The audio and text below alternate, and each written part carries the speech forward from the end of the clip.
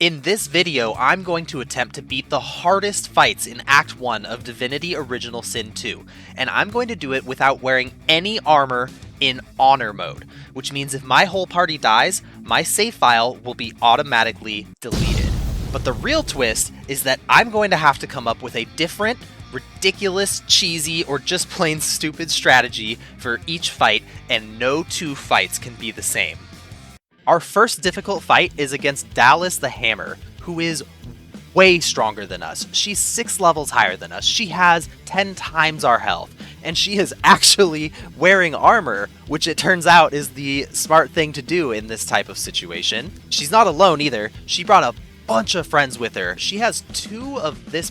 What even is this thing? This thing is so much taller than the Magister, and he could probably beat us by himself in a fair fight.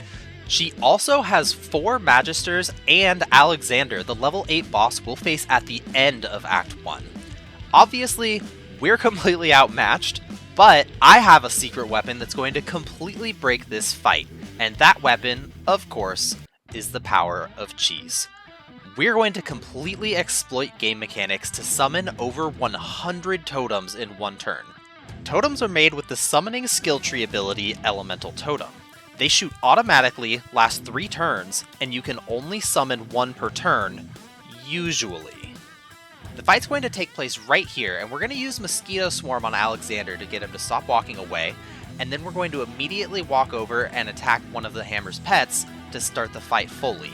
The method that we use for this fight is actually pretty simple. We're just going to hide out right here until the end of Combat Round 2. Now that we're at the end of Combat Round 2, we're just going to flee from the fight. But we're going to pick the waypoint that's right here in town as the one to flee to. What that does is it puts us back into the fight, but with a brand new turn, and we can now take infinite turns to summon infinite totems.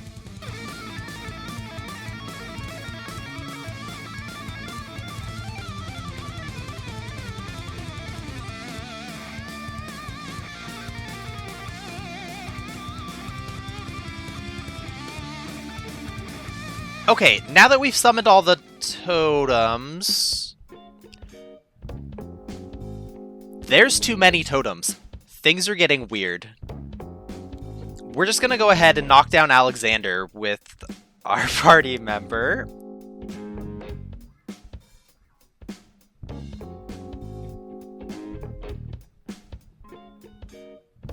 Okay.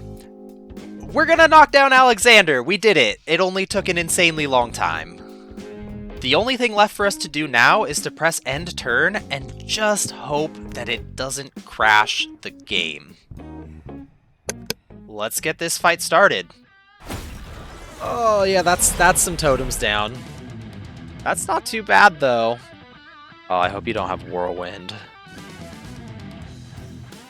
No way! He's chameleon cloaking?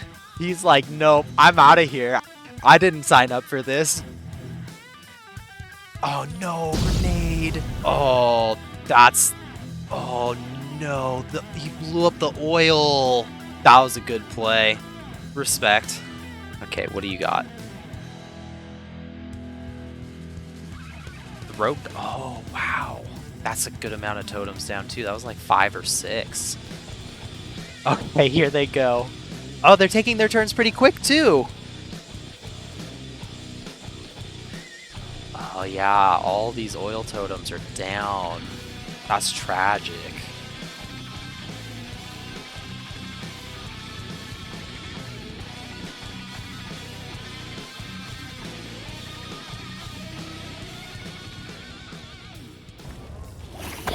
This does not end here! Not at all! Oh, she's noping out of here. I'll see you soon. Very Oh, we didn't even get to take out her physical armor. Come on, wrap it up. It's totem time. Wait, the totems got knocked down? What? Dallis knocked down the totems. I didn't even know you could apply that status. I don't think you can apply that status effect to totems unless you're Dallis assuming dragon form.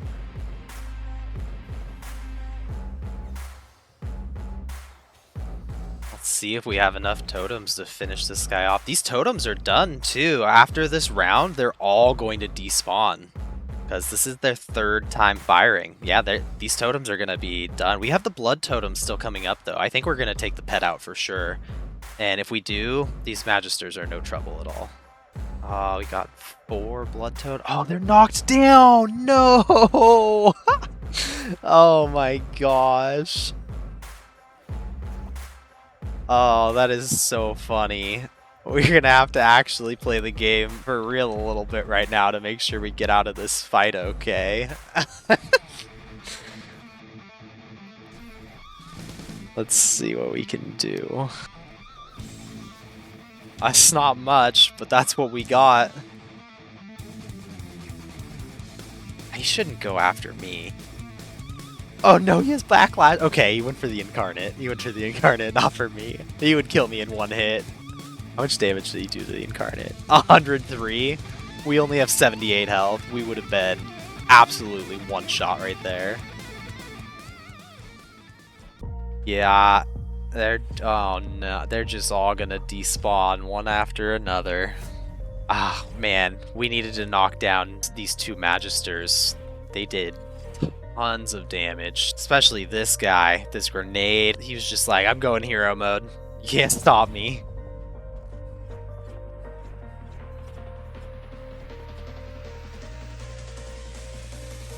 Alright, let's pull up and Ben Mezd into this. I hope he can get close enough. Okay, we got 2. You know what? We're gonna run over here and we're gonna have to go for the sucker punch. Yeah, prepare yourself. Can't prepare for that.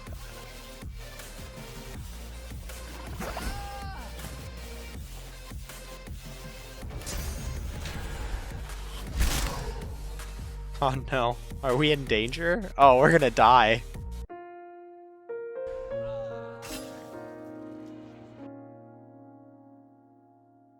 We're actually in a surprising amount of danger right now because if that thing hits me 1 time, this save file is gone. 16 health. Alright, we better not miss. There's 1 hit. There's 2 hits. We need 1 more. And there's 3 hits. We did it. I really didn't think it was going to come to be this close. We just need to finish off this last Magister. I don't think he can do enough damage to us, and he's almost dead. So we should be okay. We got him with the totem. There you have it. We just forced Dallis to retreat by summoning over 100 totems in 1 turn. And now, we aren't allowed to use this fight strategy again for the rest of the run. Because we have to use a different strategy for each fight, we need to activate the Fort Joy Magic Mirror gift bag feature so we can change our build. We're also going to activate Divine Talents so we have access to all the talents Larian Studios put into the game. So we're just going to apply those changes. They're going to be permanently put into our save file, and the game's going to reload, and I will be right back.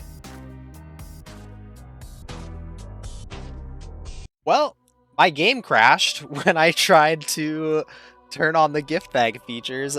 Seems like maybe there's a little bit of tension still because of all the totems I summoned. Hopefully we've completely rebooted the game at this point, so hopefully it's gonna keep running. I really hope we didn't completely break the save file by summoning that many totems. So we're just gonna press continue and hope for the best.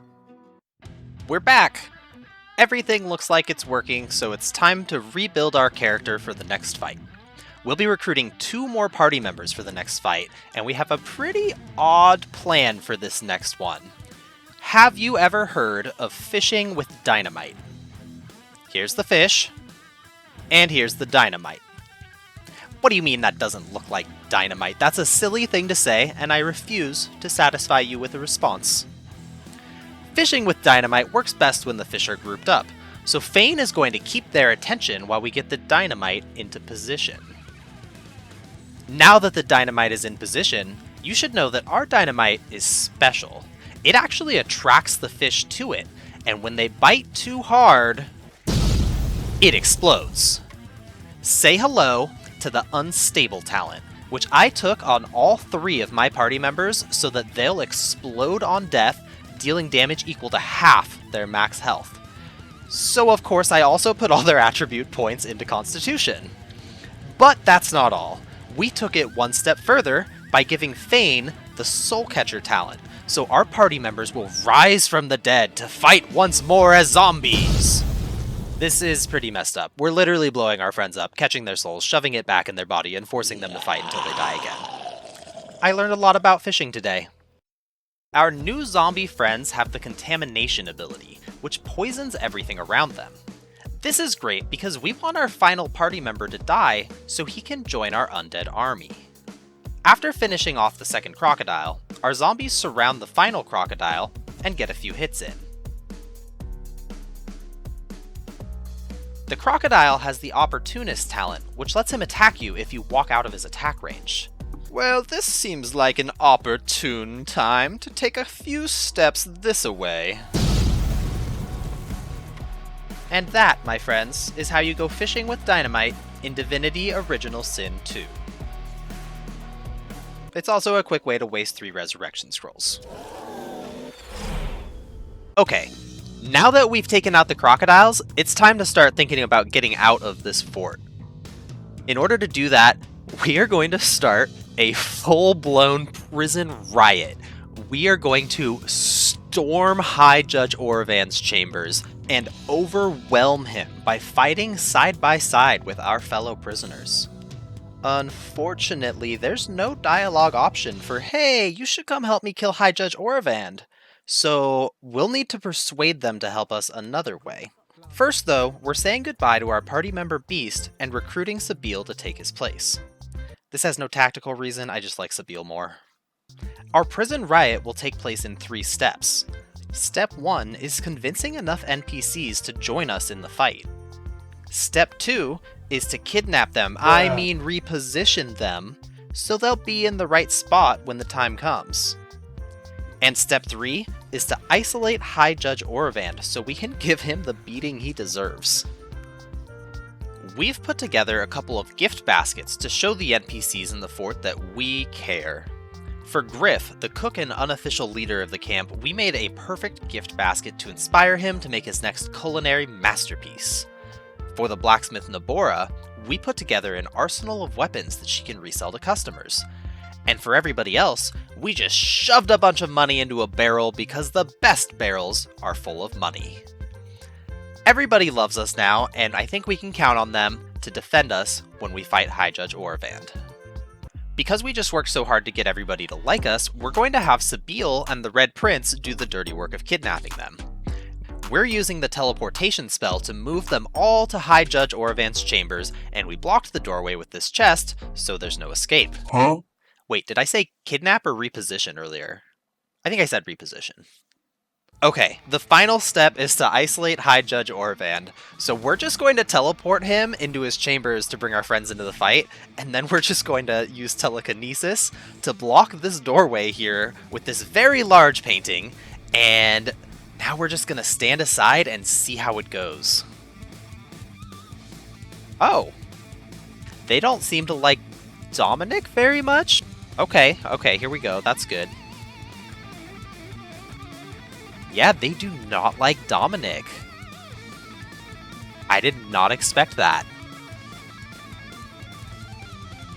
Oh, they don't like this guy either. Oh, no.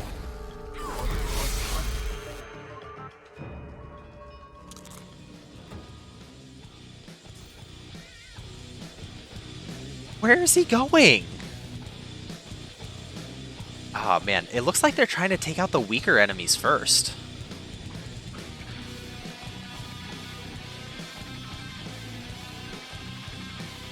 Don't like the chests. I probably should have decluttered this room. I threw so many things in here.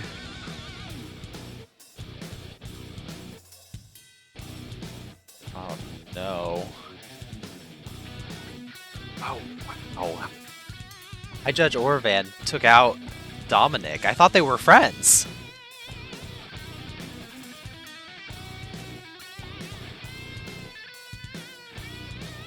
Right, now that the other two NPCs are down, it looks like they're starting to try and take and there goes Butter.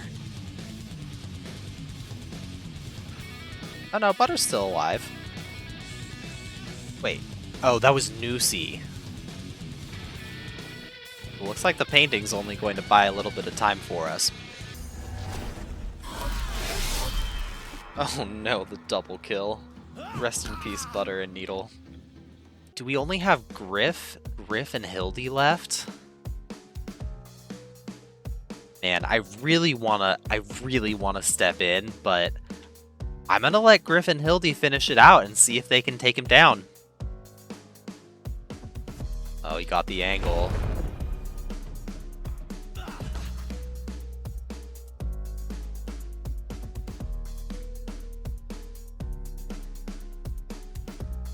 Come on, Griff. Come on. Oh, yeah. One more. Oh, yeah. They did it. They got him. He's got the bleed effect on him. As soon as he starts his next turn, he's going down. Unless one of these guys can get in and give him a heal or something. But I don't think they're going to take that painting down in time.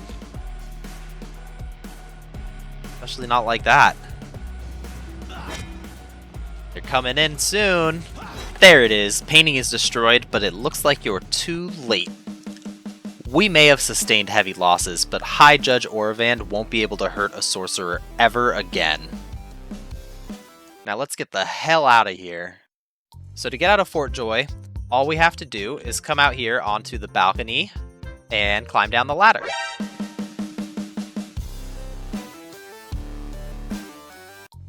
So all we have to do to escape from Fort Joy is make our way down to the docks. And guarding the docks, we're going to find 10 enemies, 5 magisters, and 5 silent monks. So you know what I'm thinking? So I'm thinking we sign them all up for a one-way trip to a beautiful, secluded beach, very romantic, and we can give them all some time to, get to know each other, mingle, and try to find that special someone, see if sparks fly. To set the mood, we've provided water barrels, shaped like a heart, and we cannot wait to see what our guests think about our beach getaway experience. Well, yeah, you can use the water that way if you'd like. It's yours to use however you choose.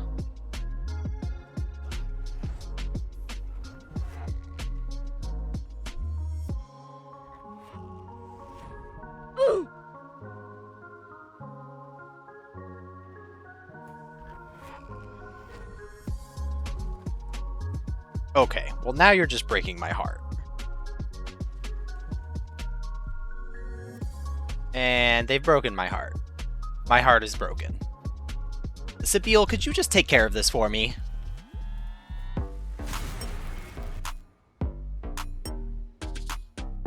Okay, Sabile, I like the new direction. You know what? The spark is kind of a weird concept in love anyways.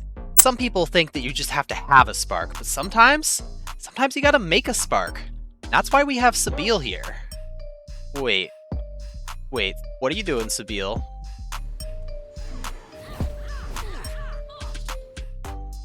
Oh, no.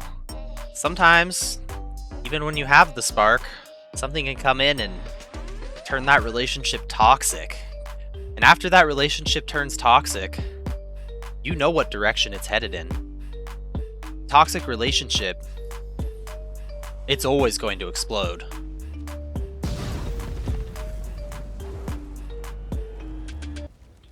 Okay, ignoring the extremely cheesy relationship jokes, these enemies are completely helpless and trapped on the beach, and we're just going to rain death down on them until the beach is clear. I'm so sorry, I couldn't help it. I needed to put one more in.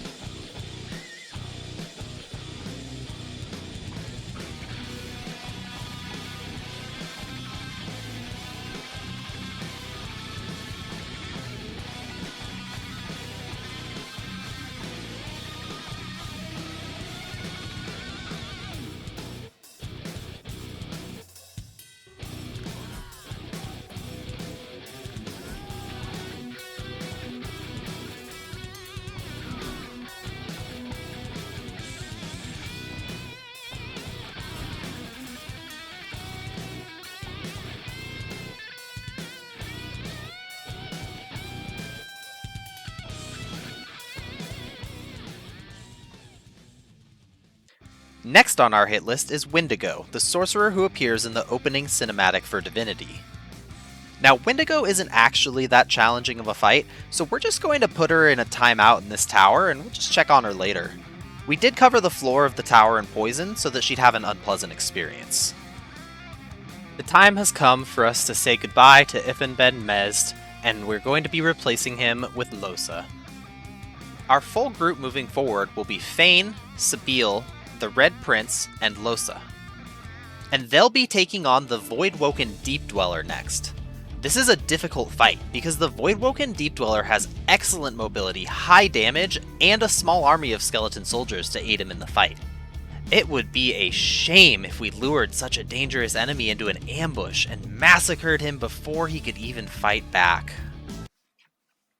The way we start this fight is going to be a little odd, because we actually need to buff the voidwoken Deep Dweller, so we're going to have Fane jump into the battlefield using Cloak and Dagger, which is a teleport ability that doesn't break sneaking or invisibility.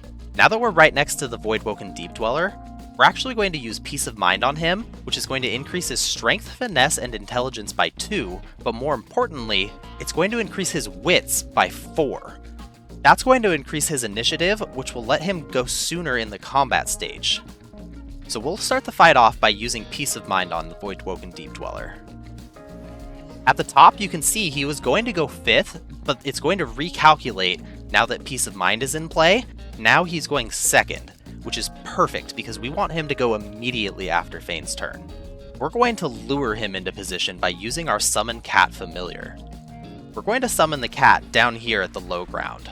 The voidwoken Deep Dweller isn't going to be able to resist, because the cat is going to be the only target for him to even go after.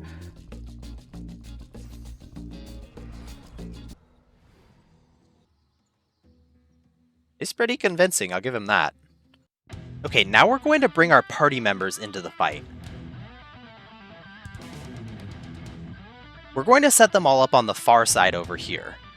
This next part's going to happen pretty quickly, because what we're going to do is we're going to end turn with the cat to lure the voidwoken Deep Dweller into this low ground area. We're going to wait for the voidwoken Deep Dweller to void glide in, and then we're going to pin down this Arrowmancer.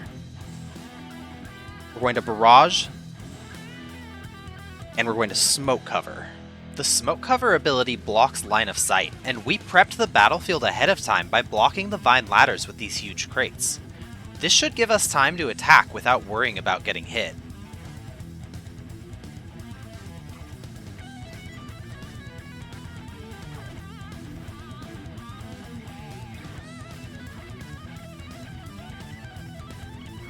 Now this might come as a surprise to you, but Fane didn't actually die. He was just pretending. And Fane's going to swoop back in because he wants the glory.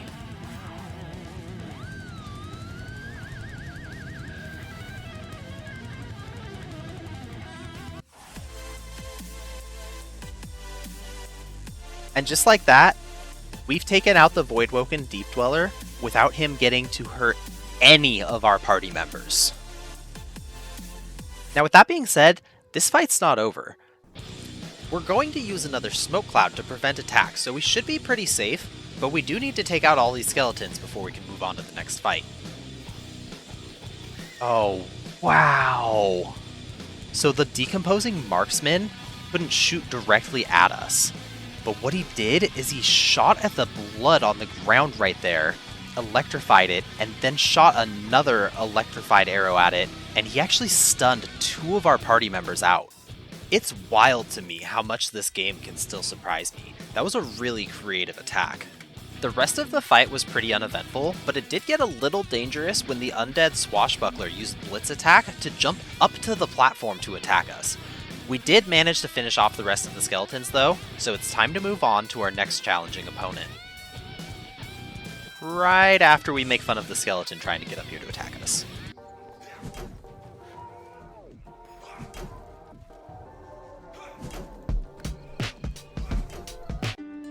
This is Slain. Slain the Winter Dragon. As you can see, Slain's not having a very good day right now. There's a bone totem here, and here, that are causing Slain to be soul shackled. Soul shackled is when a character is bound with source chains, they can't move, but they're invulnerable. Unfortunately for Slain, Slain's day is about to get worse, because we're going to free him from the soul shackles, but it's not going to be a good thing for him.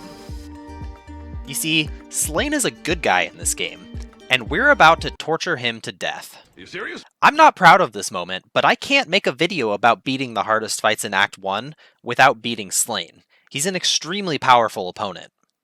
We only need 2 characters for this fight, and they both have the Torturer talent. This talent allows several different status effects to ignore our opponent's physical and magical armor. We're going to set Slain on fire, poison him, and make him bleed. We're also going to permanently entangle him with Worm Tremor while we do this, so there's nothing he can do. We literally just freed him from his soul shackles, and now we're going to entangle him for the rest of his life. This is so messed up, I'm just going to get it over with.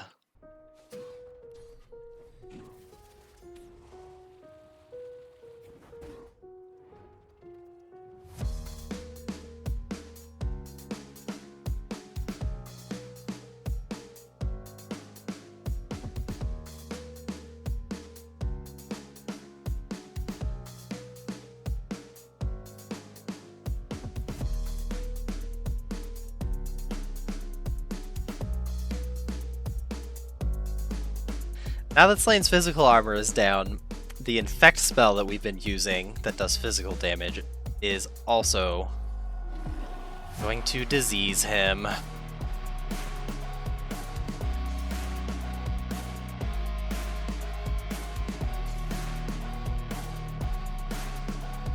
Well, Slain has been entangled, he's bleeding, he's poisoned, he's burning, and he's diseased. Sorry, Slain. You deserve better than this.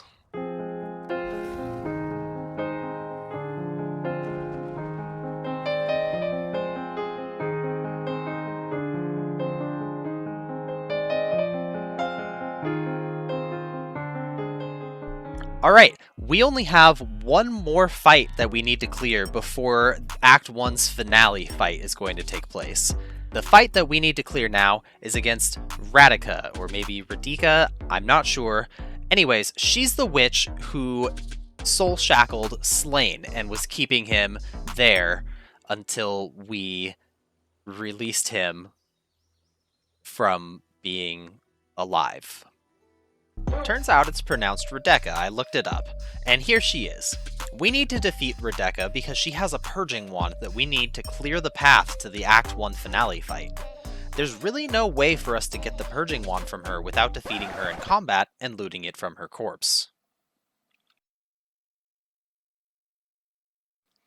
Okay, we got what we came here for, the purging wand. It says stolen on it for some reason, I don't know, maybe it's a glitch, but we're all set here. And really, that's all it takes to defeat Radeka, so let's head on over to the finale.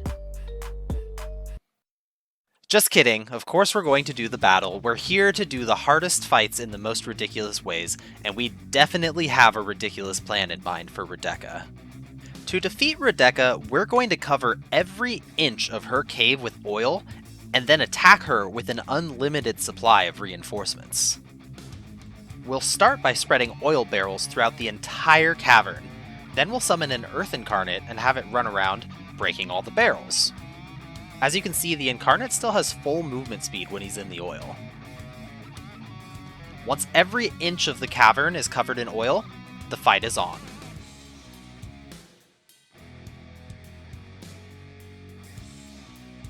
It doesn't matter if Radeka kills our Incarnates, because our characters aren't in combat.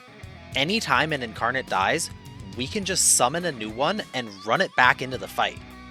This is obviously completely unfair, and it's exploiting the way the game works to give us a 100% chance of winning this fight. Okay, we've got all 4 Incarnates in the fight. Let's see how we do. Look at him, look how slow he is. He can barely do anything.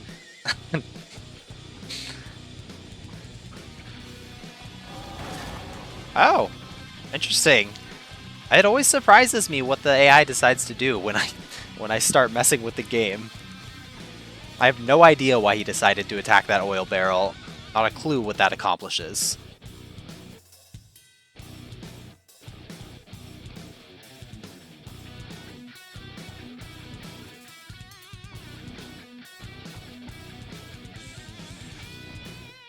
Oh, this is perfect. We managed to take down one of the beetles just on our first string of attacks.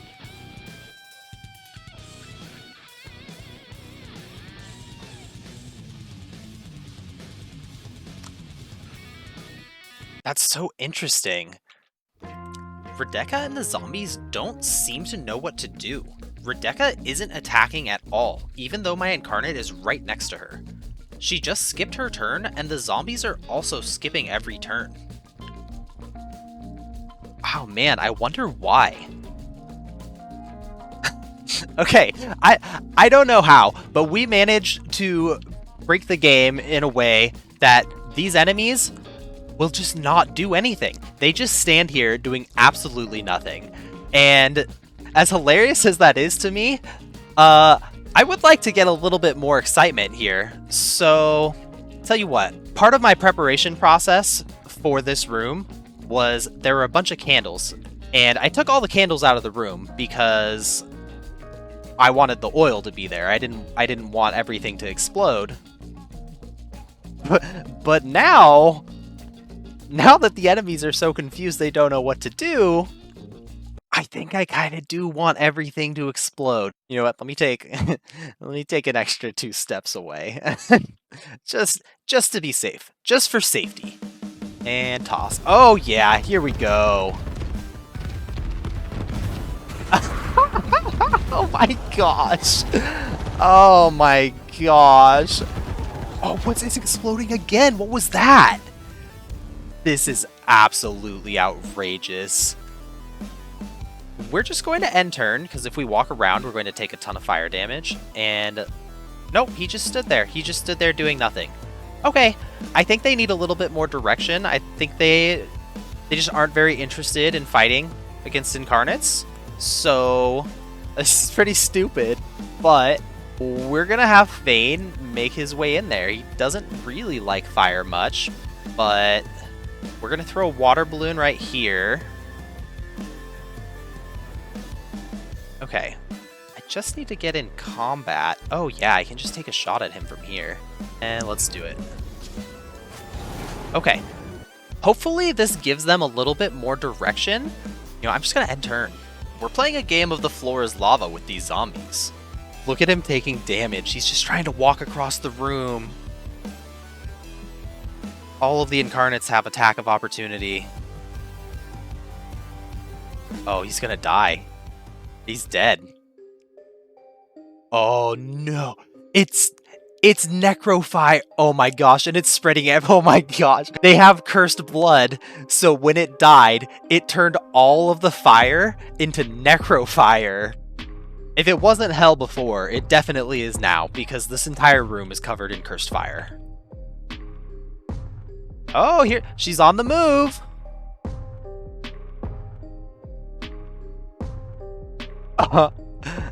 Oh, it looks like the fire's gone. We're just chunking her. These spells do way more damage than our attacks do. Alright, she gets one more turn. Is she gonna die to that? No, not quite.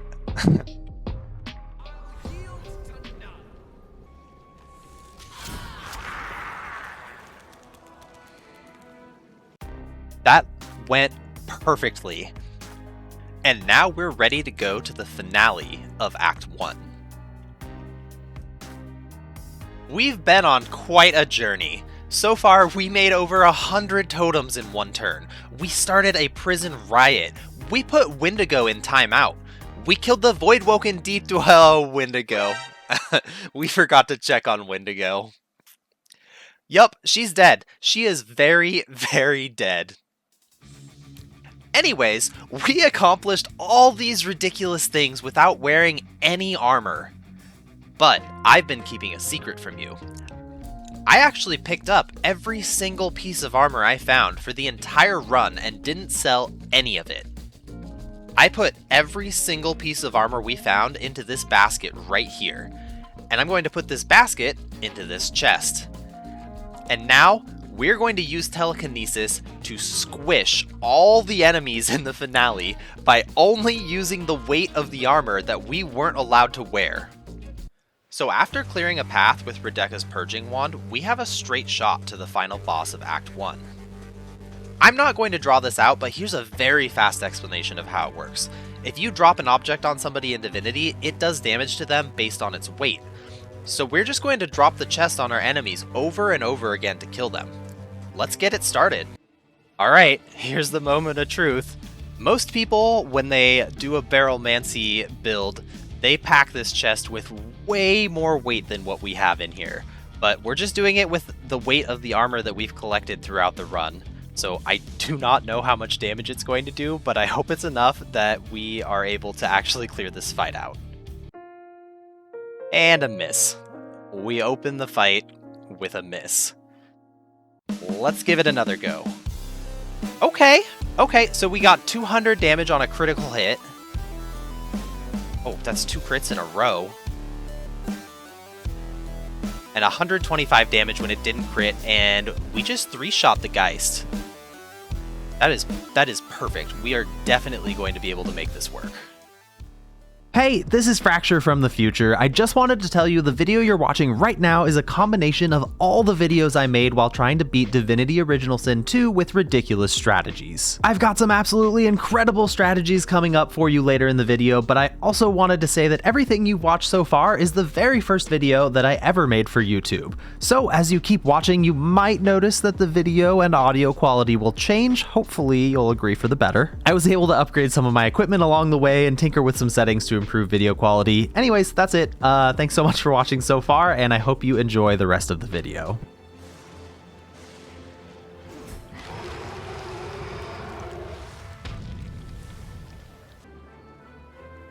Easy. I have one last fight to conquer before I board the Lady Vengeance, and that's Captain Sek Zapper. He's an undead captain with a fancy set of armor that I'm not allowed to wear, and therefore had no interest in killing. But I should probably take him and his crew out to at least gain experience from the battle. This fight's main difficulty is the fact that my enemies will try to use the charm status effect to turn my party against each other, and with no armor, I have 0 defense against this other than simply avoiding getting hit. So that's what I'm going to do. I'm going to play a game of teleportation hot potato. But first, I'm going to make one quick adjustment to the battlefield. I don't know who put this beautiful roll of carpet in the corner here, but fancy carpet like this deserves to be out in the open. I can't unroll it, but I can at least put it here in front of the door so Captain Sek Zapper will have to notice it. I walked up to Captain Sek Zapper to talk about the carpet situation, but he just wanted to fight instead. Rise, crew. End this! He summoned his crew, and the fight was officially on. The captain's chief mate tried to use mutiny to charm Fane to join their side, but Fane was already gone, teleported to safety by the Red Prince. Then, Losa teleported the Red Prince to safety with plenty of time to spare before the love grenade would have charmed him. And Sabil completed our game of teleportation hot potato by teleporting Losa to safety. I guess the captain really hates that carpet, because instead of just rolling it out, he and his crew would rather stand around making idle threats. After giving them a chance to do the right thing and roll out the carpet, it was clear the carpet meant nothing to them, so I had no choice but to sentence them all to death for crimes against carpet. I teleported them one by one and executed them. And you know, it didn't have to be like this. I'm not a monster. Greet the Reaper for me. Just a really big fan of interior design. Also, who needs an army when you have a roll of carpet and some teleportation magic? After taking out the captain, I boarded the Lady Vengeance and made my way to where I thought there would be 2 Geists waiting for me. But it turns out the Geists in this room are the same ones that I killed at the beginning of my first video, so the room was empty. I know it's a little thing, but I really appreciate the attention to detail the developers put into this game. With nothing to fight on board, I set sail in search of adventure, and it wasn't long before I found some. Dallis ambushed us in the open seas, and right at the beginning of the fight, pretty much all of our allies get wiped out by a single spell. Normally, an ambush like this would be really dangerous with no armor, but there's an extremely exploitable feature in this fight. The staircase next to Malady still works normally. You can use it to go below deck, and when you do, it takes your character out of combat, allowing your spell cooldowns to refresh, and you can heal. But even more importantly, you can exploit literally any staircase or ladder in Divinity to get infinite turns. In truth, I should have saved this exploit for some other time in the run, but I kind of just wanted to use it to slaughter a bunch of Dallis soldiers in front of her. What I really should have done for this fight is use Fane's Time Warp ability on Malady to give her an extra turn, then pop below deck, consume a soul jar to get a source point back, and Time Warp her again on the next turn. This would wrap up the fight extremely quickly. Hold them off. I need more time. Don't stop. It's working. I need more. Almost there. A little longer. Down.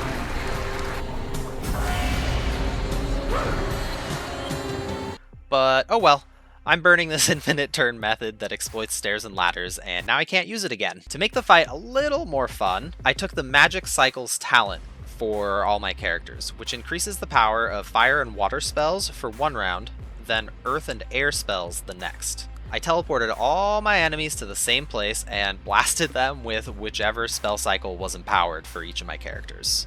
Alright, we have everybody grouped up right here in a nice little huddle, and I'm just going to start hitting them with as many AoE spells as I can. They're not going to be able to do anything, they're not going to move, they're not going to take any turns, they're not going to attack, because all I have to do is just hop below deck before any of my characters' turns ends, bring a different character up who has all their spells ready to go, and just keep casting. As long as I have, really just one character above deck at any given time, the combat can't advance at all. So I can just keep cycling my characters below deck, exploding them with fire and ice and electricity, and then just use my last action points to hop back down, bring a character whose cooldowns are ready back up. The reason I decided to add magic cycles to this is because I felt like it would be a little bit boring if I was just using the same old spells every time. So I've never used magic cycles before because it seems a little odd, but it sounded like fun. It sounded like it would be a good time to just cast the spells that are empowered.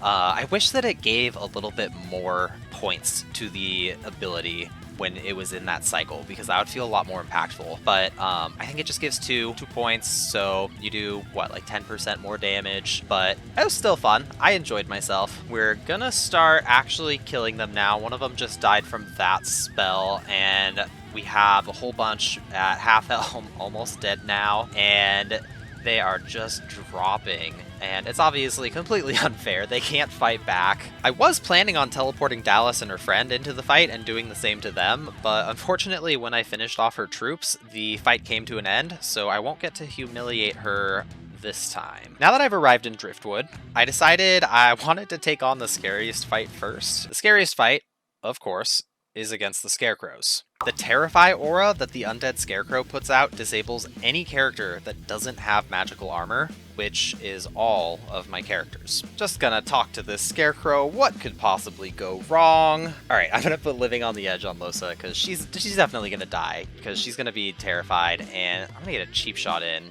with Sabile and see if I can bust that mad physical armor right now. What is happening? He didn't take any damage? Oh, no. This started off so poorly. I can't hit him when he's in conversation. Okay, hopefully I can revive Sabile without getting into combat. Okay, that's good. Man, that thing one-hit me. Alright, Losa, just hang in there. I'm gonna try and find some way to keep you alive. That's fine. I didn't need that source point anyways. Yeah. There she goes, running terrified, can't control her at all, and it's probably gonna be the last of her health. There it goes. The only thing keeping her up now is Living on the Edge from the Resist Death.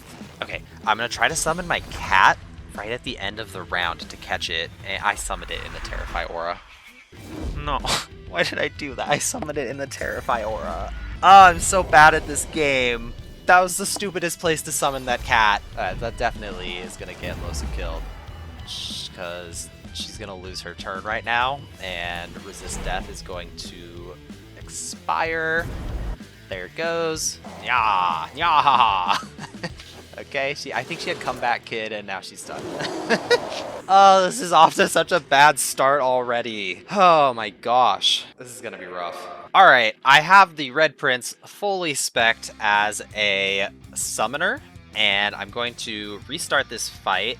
Losa is still laying dead in the field, but there's nothing I can do about that right now. And so I'm going to run the Incarnate in to start the fight, and it has magical armor, so hopefully it's going to survive long enough to take a turn, and I will figure out something to do from there. I'm so scared of that Scarecrow. That Terrify aura is the worst. Okay, the Incarnate gets a turn. I'm gonna get Sabile in position. I'm gonna hit it with a Sky Shot, because all I need to do is I need to break his physical armor. And if I break his physical armor, I win. That's it. Big damage. Big damage. He's moving around so much, I'm scared to click, but okay. No! He has 11 armor left. I need it broken. Luckily, they all ignored Sabile, so she lived. Chameleon Cloaker and get her out of the way. I jumped into the Terrify aura. Why do I keep putting things in the Terrify aura? Okay, he moved away. He moved away from Sabile, at least.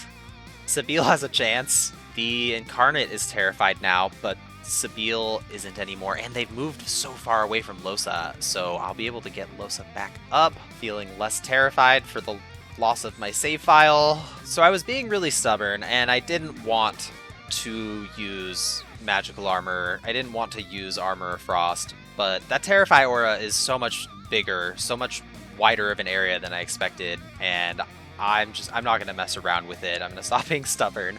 I'm going to use Armor of Frost like a responsible adult to make sure that I do not get terrified and murdered. What? No! Stop it! Stop running people into the Terrify or stop! I feel like I'm losing my mind. She's in sneak mode, so she's not even in the combat, but she's not running away for some reason, even though she's terrified. She's just gonna stand there. I can't do anything with her. That's fine. We have the new and improved Incarnate Champion over here to finish off that last 11 armor, and it's up to Thane now. And they shouldn't be able to do anything. I panic summoned a cat, so that's in the fight now. But I'm just gonna jump Thane all the way in, and okay, we're set. This thing is dead. The Scarecrow's dead, because what's going to happen now is I'm going to put Shackles of Pain onto this undead Scarecrow. That's why I needed to break his physical armor. And should I time warp? No, I don't think I need to time warp. I can just use Adrenaline to make sure I have enough action points. So living on the edge so that I don't die, and with the Shackles of Pain on the Scarecrow, all I have to do is drink this massive potion. Boom. It's gone. Because Thane is undead, so when I drink a potion, it does damage to me, and the Shackles of Pain passes the damage on, and I crafted a couple of huge healing potions, and I took the talent 5-star Diner, so that I would double it, even though that kind of wasn't necessary. I think he was at about 650 anyways, but whatever, he's dead. That was terrifying. I need to take a little break from fighting to calm down. I decided to do a little pickpocketing while I took a break, but the Driftwood shopkeepers had organized themselves in a nice little circle, and their sightlines were covering each other. So I just have to use my method for pickpocketing that can steal from anybody, anytime, no matter how many eyes are watching them. The easy way to do it is with a talent gained from the Divine Talents gift bag feature, but don't worry, if you aren't using it, I'll show you a way you can use this method without that talent as well. First, I'll respec to take the Master Thief talent, which makes it so that you're invisible while pickpocketing. Then, you can simply cast Chameleon Cloak, go into stealth while invisible, it doesn't matter where the enemy sightlines are, because you're invisible, and then you start pickpocketing. Now that you're pickpocketing, Master Thief will make it so that you stay invisible for the remainder of the pickpocket attempt, and when you're done, you can just walk away like it never happened. But if you aren't using the gift bag features, you can still pickpocket the NPCs in town, you just have to be a bit quicker with it. First, cast Smoke Cover by the NPC you'd like to pickpocket. Then, use Bless on the smoke cover and it'll turn it into Blessed Smoke. Make sure the Magisters don't see you do this because they'll freak out about you using source magic and they will attack you. But now that the smoke is blessed, it makes you turn invisible while inside it, so just run in, stealth, and quickly pick the merchant's pocket before your blessed smoke cover runs out. And just like that, I can pickpocket any merchant at any time. Using this trick has allowed me to get nearly every skill book for all 4 of my characters without spending any gold. Blessing smoke clouds isn't just useful for pickpocketing though, it can be one of the most overpowered combat opening plays in the game, especially in fights where you get ambushed or where you're forced to start the fight with your whole party at the same time, such as the arena. The Driftwood arena champion, Murga, is a jerk. She tells you that she'll only fight you in the arena if you defeat her acolytes while blindfolded, and that significantly reduces our options of ways to fight. Luckily, I've been saving something special for this situation, but I'll need to survive round 1 without my characters getting killed or disabled. And for that, I'm going to have Fane cast Smoke Cover and bless it, making my entire party invisible. If we have to wear blindfolds and can't see them, it's only fair if they can't see us either, right? But I still have a problem on my hands. The blinded status effect reduces my accuracy and sight range, making it very difficult to fight. I'd like to create a nice, safe space where my characters can hide out without fear of getting murdered. And that's why the Red Prince brought this Death Fog barrel with him. First, he's going to cast Mass Breathing Bubbles to give my party 5 turns of protection against clouds. Then I'm going to turn this corner of the battlefield into a nice safe haven for my characters. Okay, throw the Death Fog barrel on the ground and then give it a smack. That's actually really satisfying. I haven't used Death Fog before. I've played this game hundreds of hours and have literally never used Death Fog yet. That was nice. This archer is the only thing left that's a problem. Oh. And they didn't have enough movement point. They didn't have enough action points to get to the high ground. They're standing right next to the Death Fog. That is beyond perfect. Yeah, they can't get to the Red Prince. Okay, I'm just gonna send Lohse over, and I should be able to just teleport this archer the rest of the way. Just give them the little nudge they need. Perfect, perfect. This is going so well. I can't believe this is working as well as I planned it to. Much better than the Scarecrow fight went. That fight was a disaster, but this one is going very well. I'm gonna move Lohse up a little bit. She's still covered in the Death Fog. What's he doing? He's in the fog. What is he? He's in the fog. How is he hitting? I can't see him because he's behind fog. Oh my goodness. Okay, Sabile has first aid. We can get rid of the burning. We can get some health back. What is that though? He's standing in the Death Fog. He doesn't have a breathing bubble like we do. Oh, and now I've moved Sabile out here. She's getting smacked. No. I had to say it. I had to go and say that this was going well. It's fine though. It's not going to go poorly. There's only 2 of them left, but I don't know how he's not dead. He's standing in the fog. Whatever. You know what? I'm just gonna teleport him the rest of the way. What is happening? What? He is in the fog. He is literally standing in fog. There's fog all around him. Why? Oh, and I'm missing attacks because I have a blindfold on. Okay, I gotta hit it. That's another miss. Finally! Oh my goodness, that guy was just... Maybe he was holding his breath, you know? maybe he was just holding his breath. Whatever. I'm trying to finish off this chicken.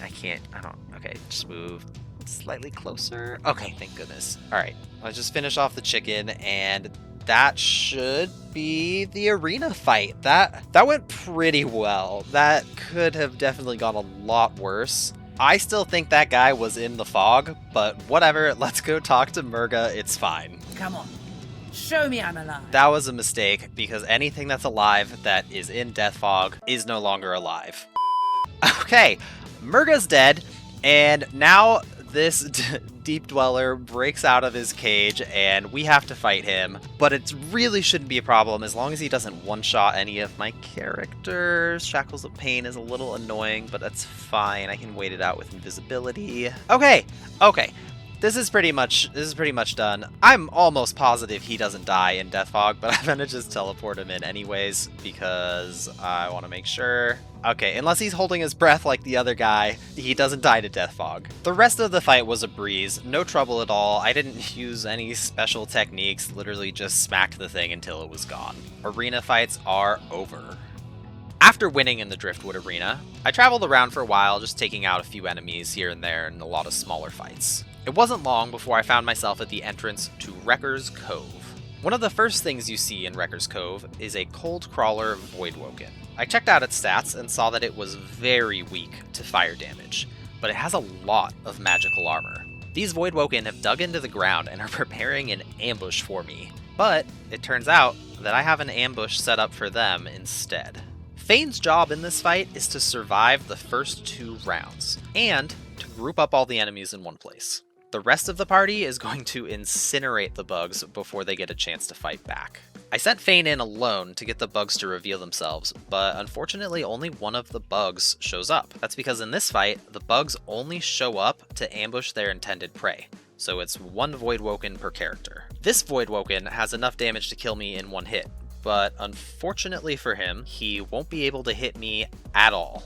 That's because I'm going to use Icy Skin, which makes me completely immune to water damage and freezing, and I'm also using Uncanny Evasion to increase my dodge chance. As you can see, my enemy's chance to hit me is now 0%, which is due to the 90% evasion I'm gaining from Uncanny Evasion and an extra 10% dodge from the talent Parry Master, which works if you're dual wielding. And as you can clearly see, I have a shank in each hand. The voidwoken attempts to cast a spell on me, which does nothing, and then he walks over and makes whatever that noise would sound like before ending its turn. It clearly knows there's absolutely no way for it to damage me right now, so I just go ahead and delay my turn and force the creature to waste a second turn, and now the combat area is prepped for my party to enter the battlefield. I put my characters into stealth, but decided I wanted to look like rocks, team spirit, and so I had my characters stand over the stony terrain when entering stealth so we could all dress for success. Since the enemies will only show themselves when my characters enter the fight,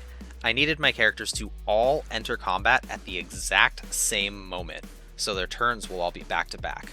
That'll be up to Fane to handle. Once everyone was in position, Fane brought them all into combat at the exact same time by throwing a firestorm grenade at them. And this is really the perfect way to enter combat, because all 3 of my party members are using the Elemental Affinity talent, which makes their fire spells cost 1 less action point if they're standing in fire when they cast it. Plus, it brings them all into combat at exactly the same time, and in response to them entering combat, the rest of the voidwoken burst out of the ground, but since they're joining combat just a moment later than my characters did, we all get to take our turns first. Now it's a simple matter of grouping the enemies up with teleportation and nether swap. With all the bugs in one spot, it's time to roast them up. Alright, so I gave all my characters flaming skin so they can be immune to fire damage. It's really just to protect them from each other. I don't think I'm going to need to hit any of my own characters with fire spells, but I just didn't want to have to risk it or anything. So shoot the death laser, shoot the fireball down, and that's pretty good damage. I'll use adrenaline and then get the rest of my action points used up and try and weaken these front 2, I think would be the way to do it. Yeah, I'll go for this first one, and last action point, well, last spell that I can use with 1 action point. I'll just slap Encourage down on my hotbar and use that. Give the rest of my team a little bit of extra stats. Alright, Red Prince is up next. And same thing, I'm just going to throw Flaming Skin on so that he's resistant to fire damage, just in case I need to hit him for some reason. And there's the Death Laser, Fireball on all 4, and same old thing. Fire Whip, Spontaneous Combustion. Oh, you know what? No, I'll use Spontaneous Combustion, and then the Red Prince has his Dragon's Breath that he can use for that last action point, so that's actually pretty handy. And it's up to Sabile to finish them off. Okay, it's called Laser Ray, not whatever else I've been saying the rest of this time, but there go the first 2. The front 2 are down, and Sabile's my favorite because she gets 1 bonus action point from Flesh Sacrifice. So I think I can walk her up close, and maybe I can go for a Supernova. Definitely need to use Adrenaline, but I need to be a little closer for Supernova, but this should do it. And I still have an action point left to take out the... Oh no, that's it. They're done. That was great. That went so smoothly. That was the smoothest fight we've had so far today. And that looks delicious. We're definitely having barbecue bugs for dinner tonight. The final fight in this video is going to be against Mordus. My main goal for this fight is simple: I want Mordus to stop moving somewhere in this area, and Sabile will take it from there. To increase the chances of getting Mordus to stop where I want him to, I decided to cover all the ground in this area with webbing by using the spider legs polymorph ability. I just used spin web over and over again until I had covered the entire area with webs. Once everything was covered in webs, I sent Fane to chat with Mordus and get the fight started. I used spider legs at the fight's start to make sure Fane wouldn't get caught in the webs while he retreated to the holdout position. Unfortunately, I walked a little bit too far away from the fight and had to start it over, but the end result was the same. The fight was started, and my character was just a little bit far enough away that he hopefully isn't in too much danger. Most of the enemies had a hard time approaching because as soon as they walked a few steps into the web, they would just get entangled and couldn't move anymore. The enemies with wings could unfortunately move over the web with no problems, so I had Sabile waiting far away in high ground to take one of them out, and this is what got the fight started for real. You see, Mordus is a fairly regular enemy until you kill one of his allies. As soon as one of them dies, Mordus uses an ability to consume them and turn into a massive, horrific monster. Well, he absolutely slaughters Fane, but it probably won't surprise you to hear that Fane, the character I use primarily as bait when initiating fights, is carrying an Idol of Rebirth, so he comes back to life immediately. Thankfully, Mordus tries to walk on the webs and gets stuck in exactly the spot I wanted him to be. But before Fane's next turn, he gets slaughtered again. Probably won't surprise you to hear that Fane, the character I use as bait, was carrying a second Idol of Rebirth. Yeah, I know, it's a broken item, but everything else I'm doing in this game is broken too, so if you managed to get to this point in the video, you should have seen this coming. The final enemy takes about one step before getting enwebbed again and losing the rest of her final turn. I say final turn because the fight is completely over now. I've won. As you can see, Mordus has 4,746 health. You already know that I can't use this trapdoor to get infinite turns because that would be the same method that I used on the Lady Vengeance, and no two fights can be the same. The reason this fight is over is because Sabile is in combat when she stands here, but she's not in combat when she stands here. That's because right here is too far away from the fight for Sabile to be considered a part of it. Unfortunately for Mordus, Sabile has enough range to shoot him from here, even if she can't officially join the fight. Every time Sabile hits her target, she gets instantly removed from the fight and can move freely again, meaning I can shoot Mordus an infinite number of times. I put Fane below deck and had Lohse stand in his place. I have no idea why, I just did it. But after hitting Mordus with a couple different abilities and was kind of just having fun with it and seeing what I could do, I got him down to about 2,000 health and stopped messing around and started killing Mordus for real. By the way, I have one bonus kill and kind of silly scene for you at the end of this video, so make sure that you stick around for that. It's not going to be too much longer now because Mordus is getting destroyed. Alright, time for the killing blow. And just like that, we took Mordus down in one turn. Thank you so much for watching, and here is the bonus silly scene that I promised. Does anybody else hate this guy? Because I hate this guy, and I feel like other people probably do too, and I'm gonna take care of it. Not in any mood to talk about it. Why are we still here? Oh my gosh, even death couldn't stop this guy from spreading the news. He is very committed to his job. Uh-oh, here comes the fuzz. Time to make a getaway. Let's go. Alright, I just gotta find somewhere to hide out and lay low outside of town, and... perfect. My first fight will be against Andras, an undead dog that always starts the battle by summoning a giant friend to help him. But maybe not this time. I'm going to break this fight to prevent Andras from being able to summon his undead troll buddy. And all cards on the table, I haven't got a clue why this actually worked, but it did, and that's good enough for me. I decided to build a maze using the most plentiful resource in the area, coffins. I collected coffins from all around the graveyard and set them up so there was a single path Andras could take to get to my party. Then, I cast rain multiple times to cover the floor with water, and I think this decision is what put the nail in the coffin for this fight, just not in the way I was expecting. I had planned to bless the water, which makes it heal anything that moves on it, and in Divinity, undead characters receive damage instead of healing from this effect. So the plan was to have Andras and the undead troll he summons run through the maze, taking massive damage with every step because of the Blessed Water's healing. Okay, so he's gonna summon the undead troll now.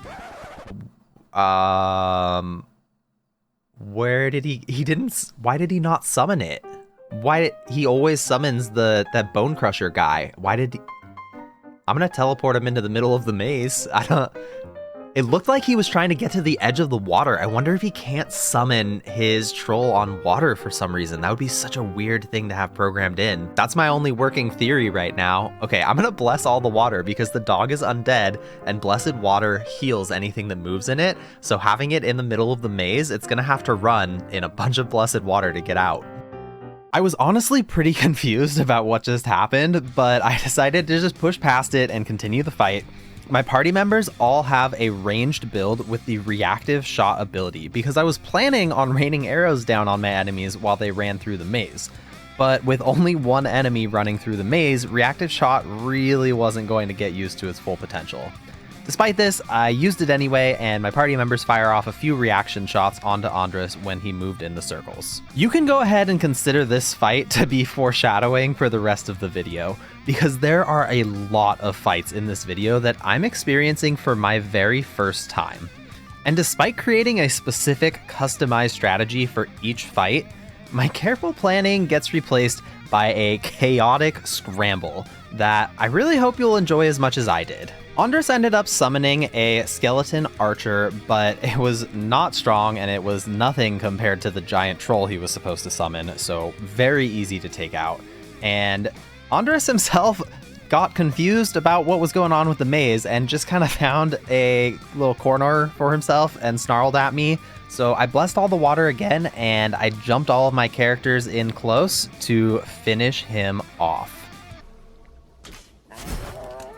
I'm gonna bounce over to Blood Moon Beach to best some level 15 brutes in battle and bank some experience for my party. I'm level 12 right now, so fighting against level 15 enemies is not a good idea, and the Advocate is a very powerful opponent who I've never fought before and therefore had no idea he was going to turn a vacuum aura on that silences me if I am anywhere near him. I'm going to need to take down the Advocate's allies while staying away from him, or else I won't be able to cast any spells. But thankfully, I'm prepared with the perfect battle strategy for this fight. My party members just graduated from Ninja Boot Camp and they can't wait to put their skills to the test. The Advocate is going to be losing allies left and right as my party executes flawless hit and run attacks that give him and his friends no chance to fight back.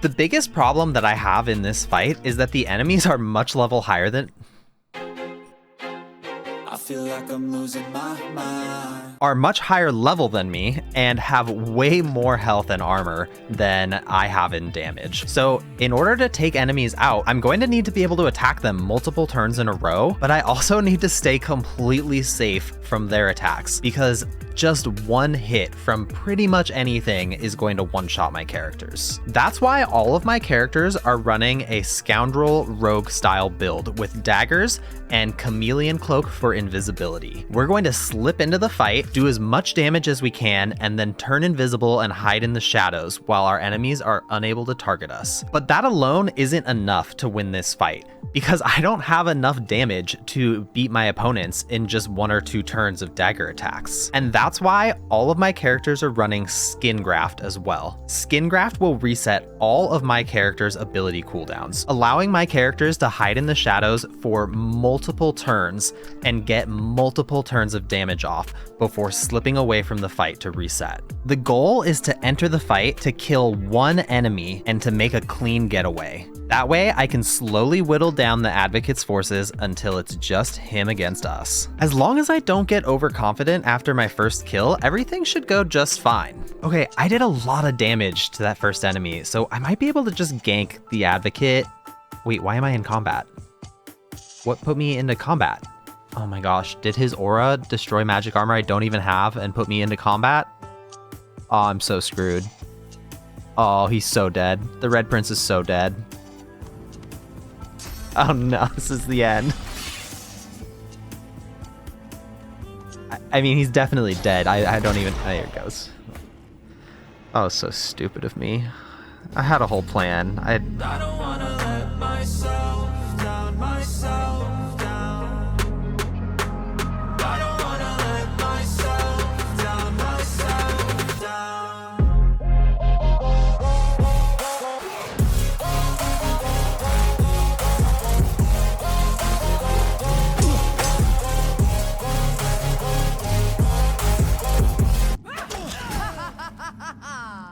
With the Advocate's forces completely obliterated, it's time to take the fight to him. Because of my mistake earlier, I knew I needed to get an attack in quick if I wanted a cheap shot from stealth, which I definitely did.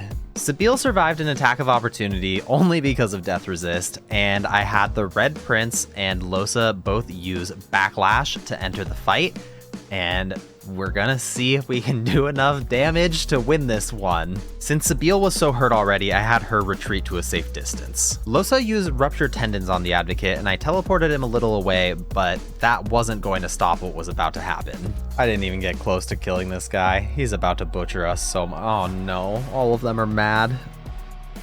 Oh, that's one. Bye, Lohse. Nice try. Oh my, he exploded Lohse's corpse to kill the Red Prince, and Sabine is mad, so she's coming out of stealth. This is looking a little bit rough, not gonna lie. Good job, Thane, doing what you do best. All right, I'm gonna have Thane use Time Warp, so he gets another turn after this one because I need more action points, and I'm going to use Resurrection Scrolls to bring Lohse and the Red Prince back to life.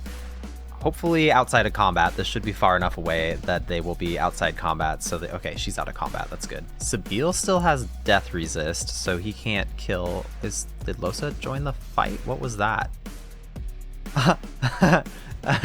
Every time he takes damage from Ruptured Tendons, Lohse it thinks Lohse's joining the fight, and then it removes her again. Come on, Sabine, do big damage. I used Backlash to bring Lohse and the Red Prince back into the fight, and I was finally able to kill the Advocate. Since the Advocate's a level 15 enemy, he dropped level 15 gear, which is drastically stronger than the gear that I've been using so far. And it's definitely going to help me in fights moving forward. But the problem is, if you use gear that's too high level, Divinity gives you a penalty to accuracy that's pretty substantial. But there's a really easy way around this. I just go into my talents and I take the Haymaker talent, which makes it so my attacks never miss, but cannot deal critical strikes. I don't need to deal critical strikes if I'm already hitting way harder than I should be able to. There's also another little gear trick that I've been using most of the run. On Thane, his staff requires intelligence 12 to equip, but I want Thane to have as high of wits as possible because I usually use him to beat my enemy's initiative in combat. So fortunately, the staff that he's using gives +2 to intelligence. If you take the staff off and try to put it back on, you'll find that it's not possible. It says intelligence not high enough, even though I was just using it. All I have to do is respec Thane temporarily to have 12 intelligence, put the staff on, and then respec back down to having 10 intelligence, and because the staff is giving me +2, the weapon stays equipped. The weapon is meeting its own requirement for the stat check. An even easier way to do this, especially if you're out in the field, is to just have a party member use Peace of Mind on you, and you'll get a bonus from Peace of Mind to all your stats. Equip whatever you need before it wears off, and you are good to go. It's time for me to head to the Black Pits, and Divinity fans know that the Black Pits has one of the most chaotic fights in Act 2, and I'm going to make it even more chaotic on purpose. I actually have no idea how this plan is going to work out, but I've been saving something special to add to this fight, and I really hope that it's going to go in my favor. Alright, the first thing I want to do in this fight is I want to get Gwydion Rince to safety, because a lot of people have a hard time getting him to safety, so I just prepared something ahead of time. And honestly, he's been having a rough day. He's been hanging out here in the sun. I bet he's sweating. I would love to be able to just give him a place to hang out in the shade, maybe wash up a bit. And the fight is on, and they don't have my initiative beat, so I get to make the first move. Gwydion Rince isn't actually a weak ally. It's just that this fight really is so chaotic that he just has a very hard time surviving. So I'm gonna reposition him a little bit, but I wanna make sure he's safe when I teleport him. So I'm gonna start off by putting him in cryogenic stasis. And when he wakes up, he'll be in a much better place. I'll send him over here and I'll let my party take care of the rest. Because before this fight started, I went and I found some nice supplies in a house nearby. I went and I found a bunch of different wash tubs. I found 2 wash tubs with a washboard and 2 just regular old wash tubs. and I took them with me and put them right up here on the side of the cliff and positioned them in front of the vine ladder so that if you're at the bottom and want to climb up, you can. But if you're at the top, you can't climb back down. They are blocking the vine ladder. If you're ever wondering if your friends think you need to shower more and they put you up on a cliff and block the only way down with a bunch of wash tubs, I think you'll have your answer. You stink. I teleported Gwydion the rest of the way to safety, then had Fane flee from combat because he has a very important task he needs to accomplish and he can't be in combat to do it. You see, I felt a little guilty about taking Gwydion out of combat. I'm sure the Magisters were looking forward to a fight. So I found a suitable replacement. Inside this ancient lamp, there's a very angry Djinn that I'm hoping is angry at everybody, not just me. I found the lamp back when I was level 10 and I've been holding onto it waiting for the right moment, and now's the time. Okay, so the Djinn is one of the enemies I've actually never fought in Act 2, so I'm really hoping that it's hostile to everything, not just me, because if I bring another enemy onto the battlefield, I mean, he's definitely hostile to me. At least I have his initiative beat so I can try and get out of the way and see if he fights the Magisters. Let's see, he's immune to water, weak to earth, he's got 50% physical resistance, got a lot of health. It's pretty strong. All right, let's see what he does. I'm standing invisible out of the way. Oh, please don't hit me with rain. Okay, he didn't hit me. Oh yeah, yes, yes, yes. Yeah, all right, this is awesome. I'm so happy about this. I really had no idea if the Djinn was going to actually fight the Magisters or not, but this is perfect. I can just have my party hang out with Gwydion up here on the high ground, trying to convince him to hop in the bath. I can let the Djinn start taking out the Magisters for me. Part of what makes this fight so chaotic is that Gwydion will eventually use a source magic ability, and when he does, it summons a ton of voidwoken into the fight. As luck would have it, the Djinn was hostile to the voidwoken as well, and was just jumping around the battlefield, doing massive amounts of damage to them. I really couldn't be happier. And the voidwoken seemed more interested in trying to go fight against the Djinn than against me. So this fight is off to a very good start. I'm so glad that I didn't just make an extra powerful enemy to fight against, because that guy looks pretty strong. Since the Djinn had pretty much wiped out the Magisters before the voidwoken got to the fight, I thought I would go over and open the gate to bring in some reinforcements, because I'm really just trying to make this fight have as many participants as possible and be as chaotic as possible. So I opened the gate up and I went ahead and teleported the Magister over so that he'd be close enough to join the fight. He didn't actually even get mad at me. These Magisters don't know that I've slaughtered some of their friends and that I'm a sorcerer, so they're neutral. And the Djinn continued the fight, going after the voidwoken and the Magisters, while the Magister, it was literally just a three-way fight that I was watching from the cliffside.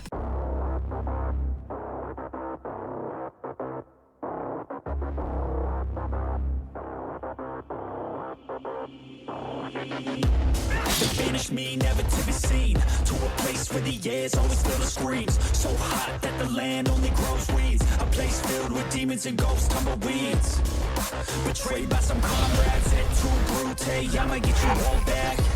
It's not if, no it's when, better watch out, cause I'm coming for revenge. I'ma train hard, I'ma go far, I will learn with every new scar, got a cold heart, yeah I'm feeling arc, enemies give me energy from the start.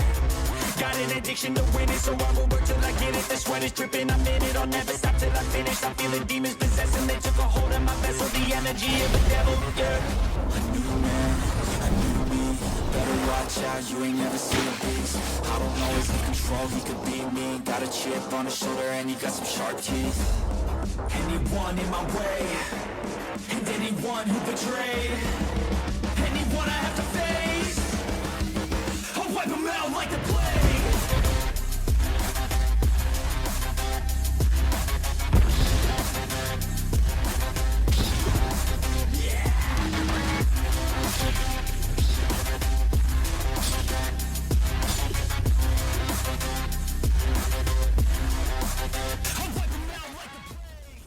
With less enemies on the field, the Djinn eventually made its way over to my party on the cliffside, and since we had the high ground, it was pretty easy to take out its physical armor and follow it up with a battle stomp to knock him down and make him lose his turn.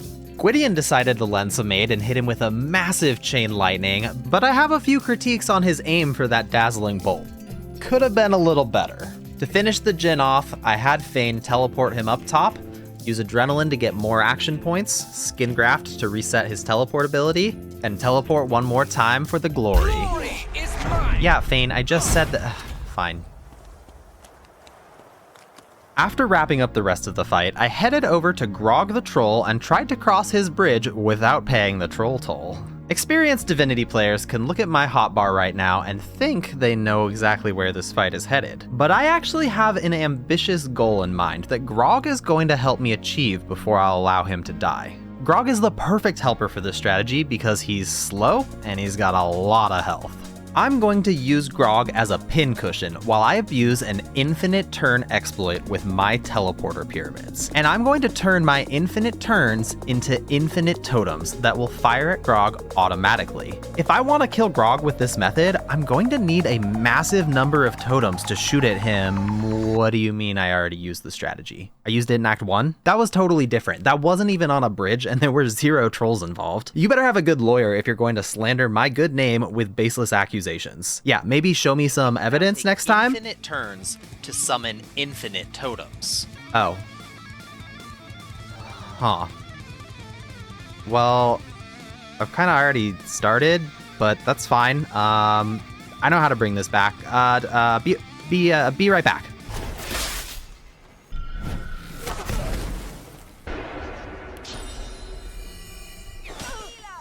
Okay, that should do it. I guarantee the fight will be completely different now. So anyways, the way this infinite turn exploit works is I just have Fane flee from combat, then immediately teleport back in with the teleporter pyramid. Then Lohse will summon a totem, flee from combat, and teleport back with her pyramid. I can do this as long as I want, and my enemy will never get another turn. So I used this exploit over and over again until I had completely surrounded Lohse and Fane with totems. But we need to check in on the Red Prince real quick, because that's a lot of status effects he's racked up. While Fane and Lohse were playing with the teleporter pyramids, the Red Prince had an assignment of his own. His assignment was to survive a round of combat against Alice Elysion, another powerful enemy I've never fought before, and I really thought my first strategy was going to work. So Alice obviously uses fire magic, so I'm going to use Flaming Skin. Flaming Skin gives me 100% resistance to fire damage, so she shouldn't be able to hurt me at all, but I still use the Red Prince just in case because he has extra fire resistance, and I took the Demon talent. That's a lot of resistance debuffs. That's 50%, 15. I'm dead, aren't I? Oh my goodness. It didn't go very well at all. I just got butchered. I had so much fire resistance going into this. That was a big fail. Since Fane and Lohse are busy, I brought Sabile over to revive the Red Prince, and luckily she was able to stay far enough away to avoid starting a new combat. When the fight started, I noticed Alice had received a new status effect, giving her plus 100% water resistance, which is pretty irritating because my whole plan for this fight involved blasting her with water spells. Which is still the plan. I'm going through with it. I'm just not sure if it's going to work as well as I was hoping for. I had the Red Prince start combat again, but I had Sabile give him death resist this time since Alice had just killed my shining lights when I tried to resist her fire damage. Since all the enemies have taken their turns in the fight over at Alice, I am now safe to enter the fight with Lohse. And Lohse is going to enter this fight with an enormous damage buff because she is at almost 0 HP, making Death Wish give her a 99% damage boost because it boosts damage based on the missing health of my character. Additionally, I'm using Thick of the Fight to give myself a 10% damage boost for every nearby character or totem. And there's a lot of totems right here. So I'm getting a 380% damage boost from Thick of the Fight. I'm going to attempt to nuke Alice in a single turn. So I use Adrenaline to get back up to 6 action points, and I use my teleporter pyramid to teleport over to the Red Prince. Something kind of unexpected happened here, which is the two fight timelines actually got merged. It's the Red Prince's turn, but all of the totems from the other fight and Grog the Troll got put into this fight, even though they are very far away from each other. But I didn't have time to worry about that, so I had the Red Prince throw a water balloon at Losa's feet so that her elemental affinity talent will make her spells cost less. The totems took their turn, and then Grog came over and just butchered a bunch of them, but that's okay. They've done their job. I decided to wrap up the fight with Grog before going over to handle Alice's fight. So I had Fane make himself resist death and then chug a bunch of health potions. Since he's undead, these do damage to him instead of healing him. Once I got his health down to about as low as I could get it, because the health potions were calculating kind of weird as far as how much damage they did to him. I had to drink 3. Anyways, I use a spell that swaps my vitality percentage with Grog the Troll's, and I'm at like 1%. So basically, I took Grog the Troll from as much health as he had down to virtually nothing, making it easy for the totems to finish him off with a couple quick shots. Now all Losa needs to do is just blast Alice with all of her amped up water spells. Look, Global Cooling's doing 600, Winter Blast doing 1,300. These spells are so amped up, they're able to hit so hard right now. So hopefully I'll be able to take her down in a single turn. Yeah, I really think this should work. I have the setup all taken care of. I can use Skin Graft to get adrenaline back so I get a few more action points, and I'll do that after I cast some of the low action point abilities. I think I'll start with Global Cooling because that will take out all of her totems. Then I will start blasting her personally and see if I can get... What happened? She has Retribution. I forgot she has Retribution. That was so much work. That took so long to set up. Why is this happening? Oh, no. Oh my gosh. I even had Sabile here. She knows living on the edge. I could have given Losa death resist. What? Where is Alice even going? The fight should be over for Alice. She's so far away from Fane right now. Why is she still trying to path over there? That's way too far. Did the combat, like, tether range get maxed? I don't know what's happening right now. Since this is honor mode, the game saved as soon as Losa died, so there's no going back. I can't go back to a previous save and do the fight right. And I'm calling it right now. That doesn't count. I get to use totems to power somebody up again.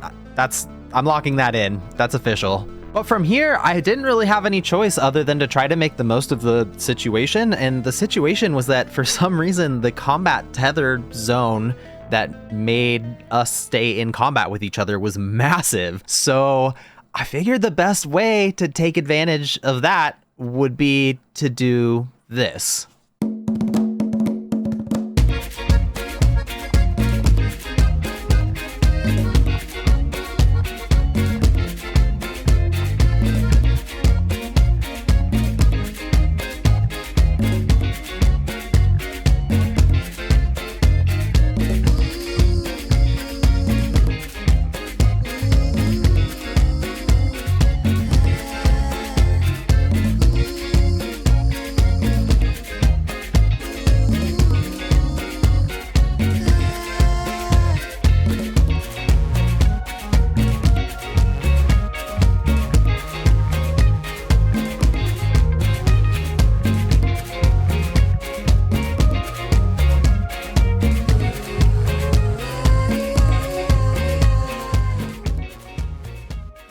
The Paladin should be able to handle Alice. There's a lot of them here, and they are much stronger than the Magisters are. So I think it's likely that this absurd fight is coming to an end. And I have no idea how I'm going to edit the video to show the absurdity of this fight without making it insanely long.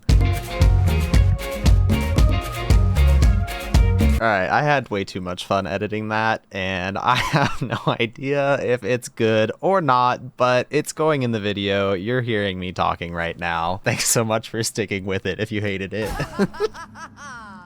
I used cryogenic stasis on Fane and Losa so that they could just hang out right here in the thick of the fight and watch the paladins battle it out with Alice. But Alice really didn't stand a chance against the paladins. She did use charm on one of them, but they just hit her hard with healing spells, with arrows, and they took her down so easily. So bringing her here was definitely the right call.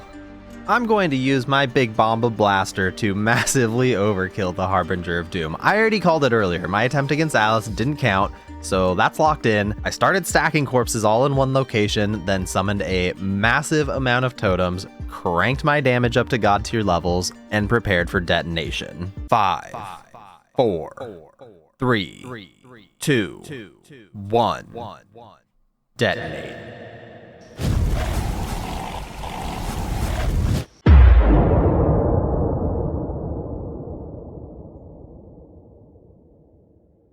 I had finally gotten the big bomba blaster that I had been waiting for, and it was so worth it. That did over 45,000 damage in a single spell.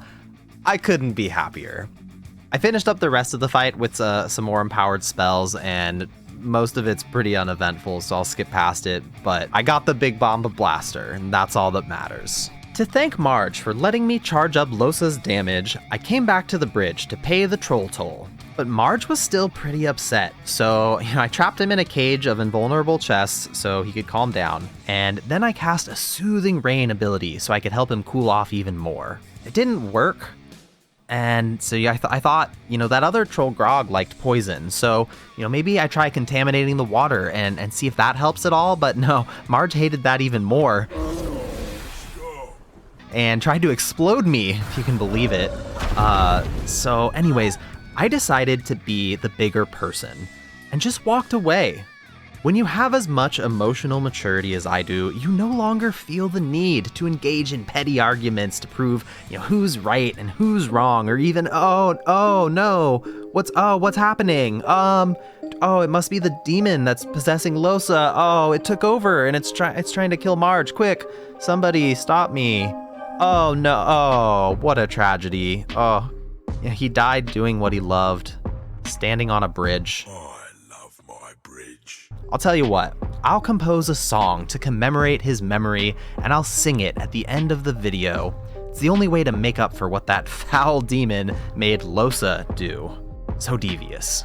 I've never fought the Abomination before, so I scouted the fight and saw it was weak to earth and poison damage, so I rebuilt my characters using the Geomancer tree. I decided to have the Abomination fight against a couple Abominations of my own, which is why I'm going to summon the Hungry Flower to fight for me. When the fight started, the Abomination brought a bunch of wolves into the fight that I was not expecting, so to even the odds, I summoned 2 more Hungry Flowers. I can tell you right now that I don't know what any of the Abomination's abilities are or what it can do, because it spent the first turn walking, its second turn petrified, and died before its third turn, because these Hungry Flowers do so much damage. You should also be able to notice that I've been leaving a character out of most of the fights for a while now. That's because these battles are all completely new to me, and I am terrified of losing my save file, because this video series has been really fun to make. I have never stepped foot in Act 3 or even seen any gameplay footage of it, so at the end of the video I'm going to ask if you have any opinions on how you think I should proceed with this series. I wasn't originally planning to include this fight in the video, but I thought it was amusing that the Magisters had 2 jars of Mind Maggots just sitting on the shelf right here, and I decided to take advantage of it. As far as I know, jars of Mind Maggots are somewhat rare, and for good reason. If you open crafting and combine a jar of Mind Maggots with an empty grenade, it turns into a Mind Maggot grenade that has an insanely large area of effect that charms enemies to fight on my team for 4 turns. So don't mind me, boys. Just gonna pick up your jar here, shove these nasty critters into a grenade. Hang on a second, I'll be right with you. There we go. All right, you all look like you need to work something out, so I'm gonna just block the door and give you some alone time. Once the Magisters were basically done murdering each other, I swooped in at the last moment for the experience and finished the rest of them off. There's 2 more fights in this video, and they are big ones. But first, I turned on Animal Empathy because I'm really getting tired of respecing to pet pals. This took a really long time to set up, but I'm excited, so I'm gonna just let you watch it. I'm just gonna have the Red Prince light the fuse.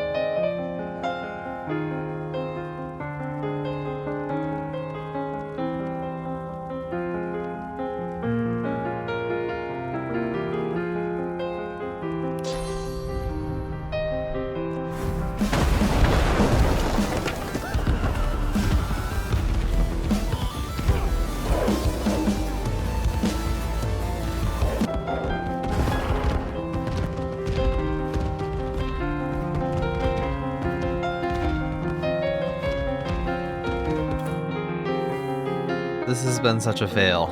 What is happening? There's nothing for it to even be exploding back on. It's just like going all the way back to where it started.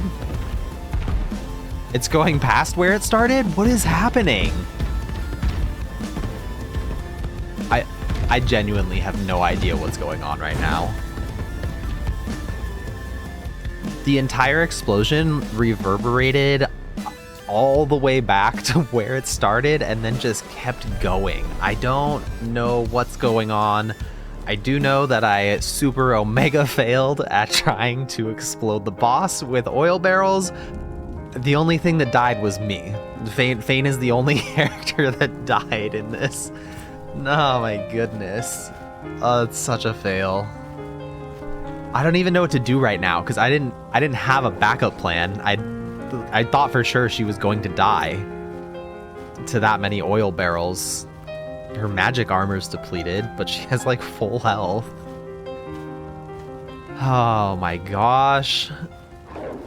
So Fane actually does have Dominate Mind, and since her magic armor got destroyed, it looks like that's my best option here. So I'm gonna use Dominate Mind on the boss and then let her kill all of her little wolves, and hopefully this works out. But yet another miserable fail in fight attempts. I think this video has more fails than successes.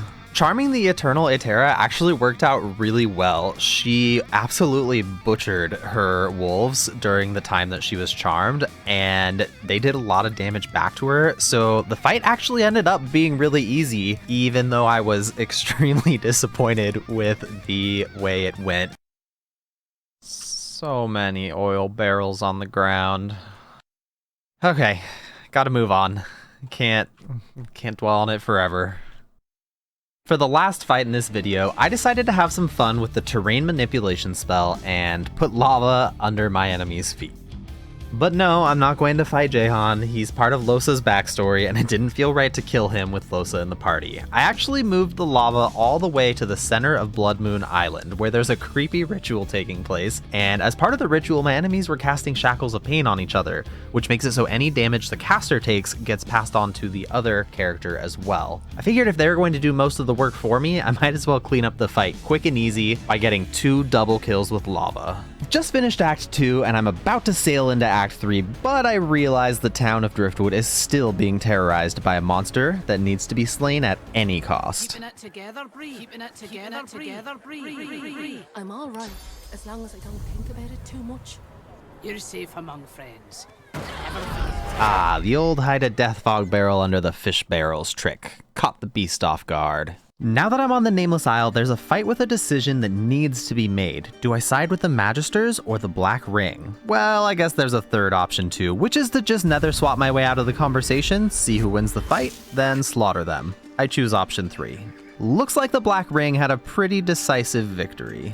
But they're not going to be able to celebrate for long because I have something in store for them that's going to bring this fight to an end very, very quickly. You might notice the battlefield is covered in blood, and that's because I cast Rain Blood a bunch of times before the fight started. And all I need to do is get all the Black Ring grouped up together on this blood surface. So I teleported a bunch of corpses right into the middle so I can use them as placeholders for nether swap, and Fane is going to do his job and group all the enemies up into a nice clump so my party members can take it from there. Fane should be able to group all of these guys up by himself because I nether swap one, teleport another.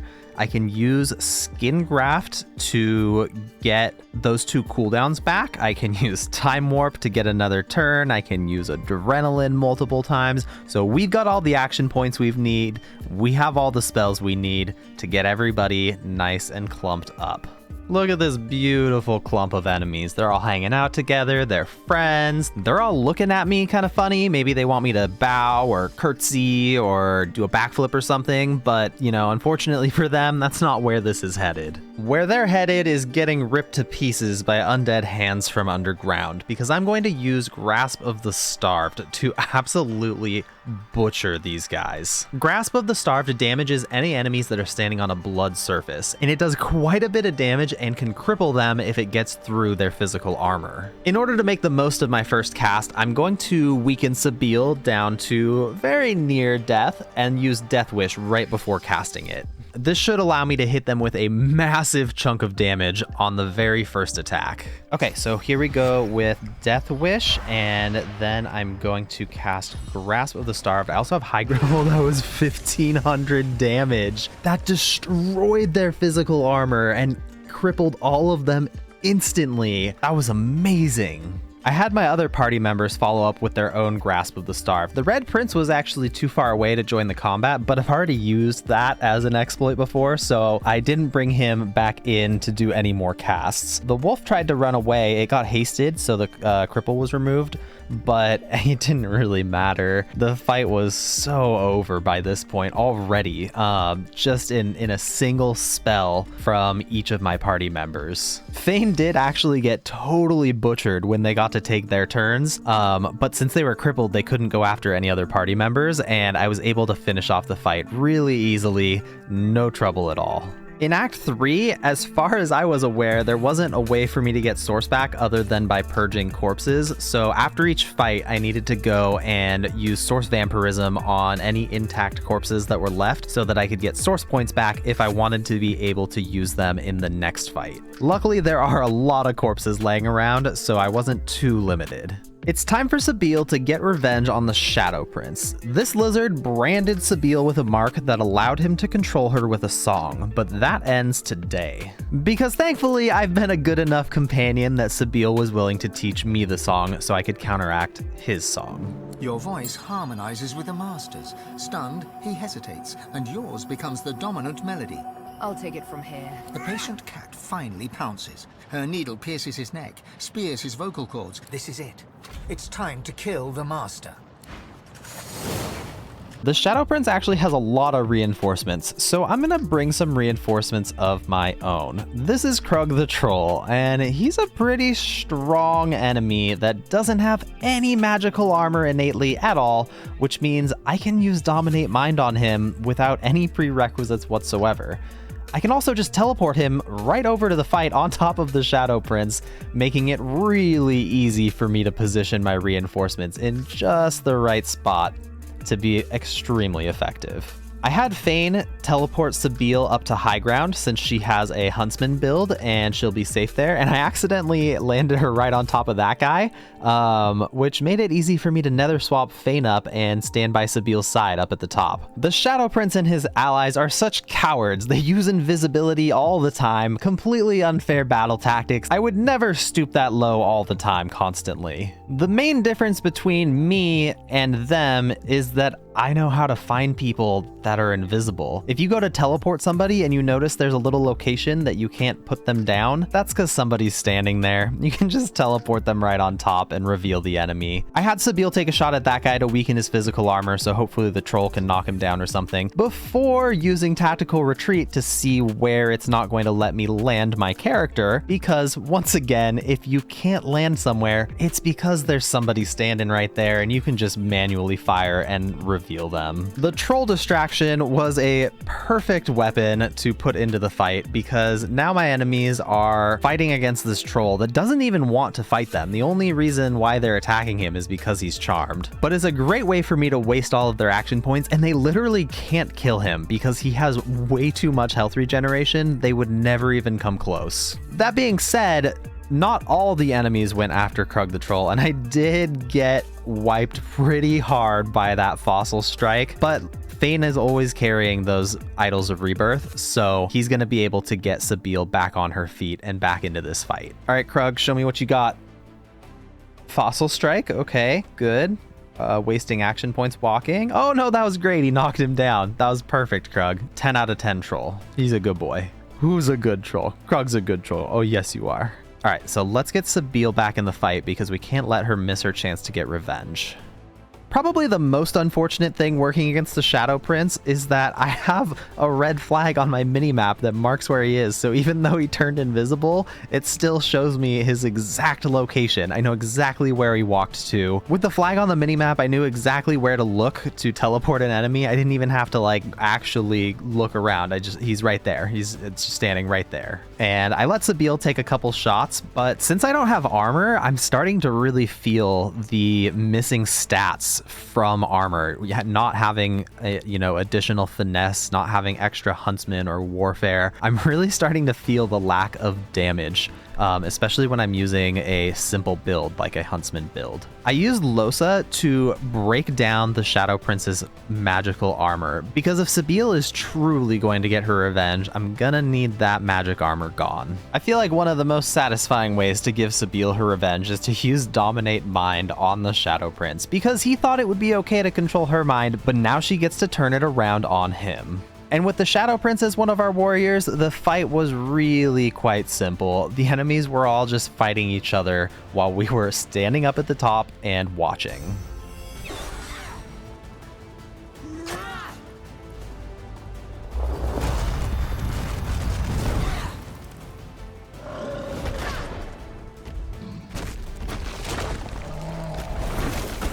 Sabeel finally got her revenge on the Shadow Prince, and Sabeel was finally free. Once it was finally just Krug the Troll left, I just teleported him up onto the ledge because he can't use ladders and has no movement abilities, so I was able to just shoot him over and over again until the fight was over. I know it's not a very nice way to thank him for all of his assistance, but there was really no way to calm him down after the battle, so, what choice did I have, really?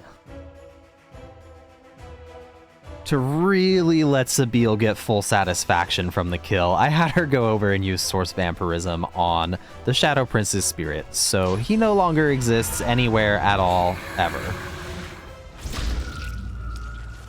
Well, what do we have here? A bunch of constructs surrounding a sword in a pedestal. There's no way they're going to attack me when I try to pull it out, but just in case, just on the crazy off chance that these four things are gonna spring into action as soon as I touch that sword, let me go ahead and group them all together with Nether Swap first, because it doesn't do any damage, so, it said attitude -20, but I don't think that's going to make a difference. Oh, the sword is really stuck in here tight. I'll just go ahead and yank it out as much as I can, and there we go. Uh-oh.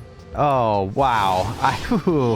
Who would have seen this one coming? Not me. Luckily for me, these guys are down at a super low ground point, which means I can throw explosive traps from up high, and I don't even need to be in stealth. I'm so far away that I cannot join the battle. I'll be right back when I'm done throwing traps.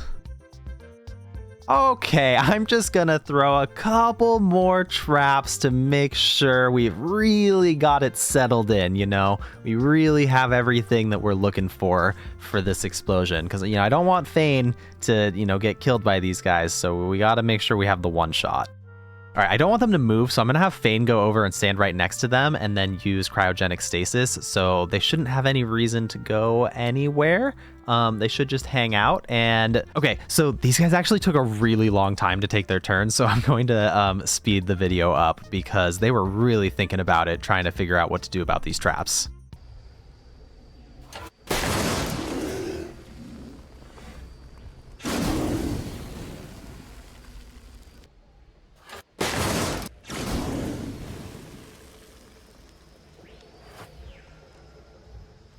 That was absolutely incredible. That was exactly what I wanted to happen. A perfect outcome that went exactly as planned. I don't always get those. Of all the things that I do in this video, I'm the most proud of this next one that you're going to see because it really came together in a great way. I recruited Dolores, who I apparently saved in Fort Joy. I don't actually remember doing that fight, but I guess I saved him, and I recruited him to the party and then had him stand in this poison until he was at basically no health, and then I shot at him with somebody to get him all the way down to 1 HP. I also had my party members shoot at each other and bring each other brother all the way down to 1 health as well, which was really scary because this is honor mode. And if I were to, like, I don't know, walk on an invisible trap or something and get TPK'd, I guess Fane still has his Idol of Rebirth, but still a little bit nerve-wracking to put everybody this low, but it's going to be worth it. We're on our way right now to fight and kill Alexander. And Dolores has 1 HP, but he does leave our party and go over and stand by Alexander's side. So what I'm going to do is I'm going to use Tactical Retreat to jump right next to Alexander. Then I'm going to use Living on the Edge right before I attack Alexander directly to start the fight. The reason I cast Living on the Edge is because Dolores is a little bit of a cheater. Takes one to know one, and he jumps ahead of me in initiative order. Even though I would have him beat, and he could just kill me with anything.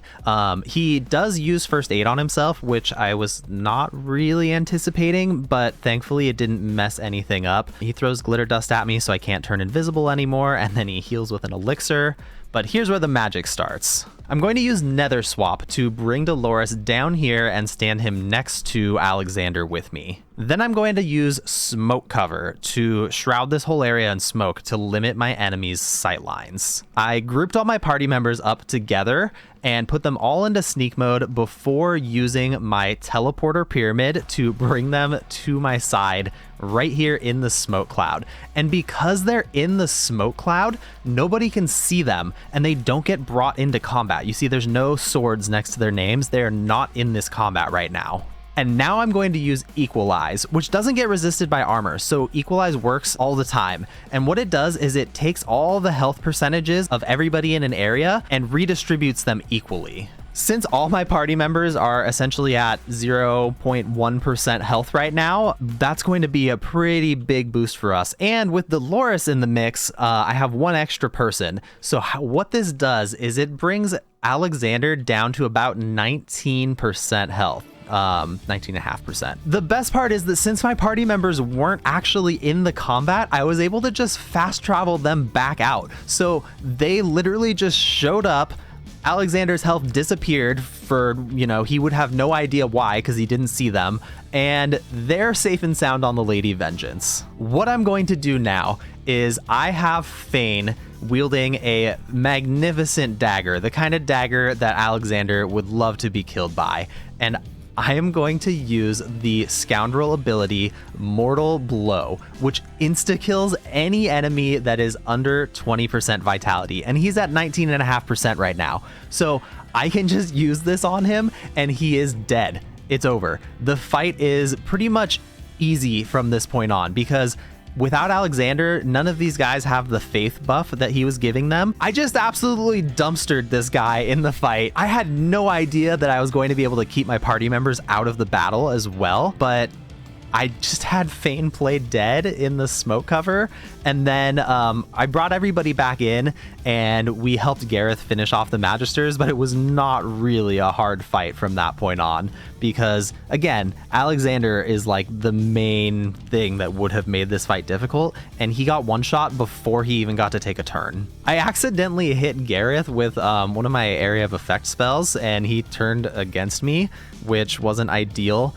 I teleported him really far away and then finished off the rest of the Magisters before having all of my party members leave the fight, and with nobody left to fight, Gareth went back to neutral, so I didn't have to kill him, which was nice because I didn't want to have to kill Gareth, but I would have. Now we're going to kill Forked Tongue, which I think is an actually kind of interesting name because it made me think of Forked Lightning, which made me want to use Chain Lightning and all sorts of other lightning spells on him, and they actually work extremely well against Forked Tongue. Forked Tongue has this deflection aura that makes all of his allies deflect attacks, but if you just initiate your bouncing attack on Forked Tongue, then the deflection doesn't return damage to you, and he actually gets hit an extra time by the spell. I don't know if Larian intentionally named him Forked Tongue in hopes that people were going to use Forked Lightning on this guy to avoid taking damage from the deflection aura, but it seems appropriate to me. So I pretty much had everybody stunned before they even got to do anything. I had Losa cast Thunderstorm to just absolutely barrage them because I wanted to see if maybe Thunderstorm would get reflected, But again, it says projectile deflected, but nothing actually hit Lohse. So I don't know if it reflected it to the source and that's just the sky and it did nothing. But almost all of them were stunned out. That didn't stop one of them from jumping up and just one-shotting Lohse instantly, which was actually more of a problem than it would seem like it should be, because all of my characters have really weird builds right now, except for Lohse, who still has a regular caster build intact. The thunderstorm fired off again and did most of the remaining work, but I don't really have any extra damage to use for my other party members, like at all. So I was able to use one more chain lightning. I came in with a electric conduit spell as well, but there was an enemy who survived it with plenty of health, and I don't have any damage spells at all. So I did need to resurrect Lohse and have her use her spells to actually finish off this last enemy, because we really had nothing left. This elven scion wanted Sabile to like become a mother tree or something, and Sabile just got her freedom, so I was not into that at all. They summoned a bunch of totems to try and fight me, and that was a mistake. That was a big mistake, because I know a thing or two about totems. And what we're gonna do for this fight is we are going to use Totems of the Necromancer, which summons a totem next to every enemy in the area, and that includes the totems that they brought into the fight. So really all the elven scion managed to do was give me more warriors, because my totems are better than hers. My totems just went around and one-shot all of the other totems, but there's also 3 more elves that join the fight, so it's not going to be quite that simple. Or maybe it will be that simple, because, I mean, if you have more totems, you just win, right? That's been my experience so far playing this game. So I had the Red Prince show up and use Totems of the Necromancer and summon an additional totem, and I also had Lohse show up and summon a bunch of totems. With this many totems all around the room, it really wasn't gonna be long before all of my enemies dropped to the ground dead. Plus, I just kept summoning a new totem every turn so that I'd have some extra in case they didn't manage to finish the job on their first try. Now it's time to take on this cursed Knight of Duna, who's in a tomb that has traps everywhere, and I'm gonna use those traps to my advantage. But before I use the traps to my advantage, I'm going to get absolutely slaughtered by him, because without the ability to wear armor, I can't beat enemies' initiative all the time anymore. There's just no way for me to get my initiative high enough, because my wits are completely maxed right now.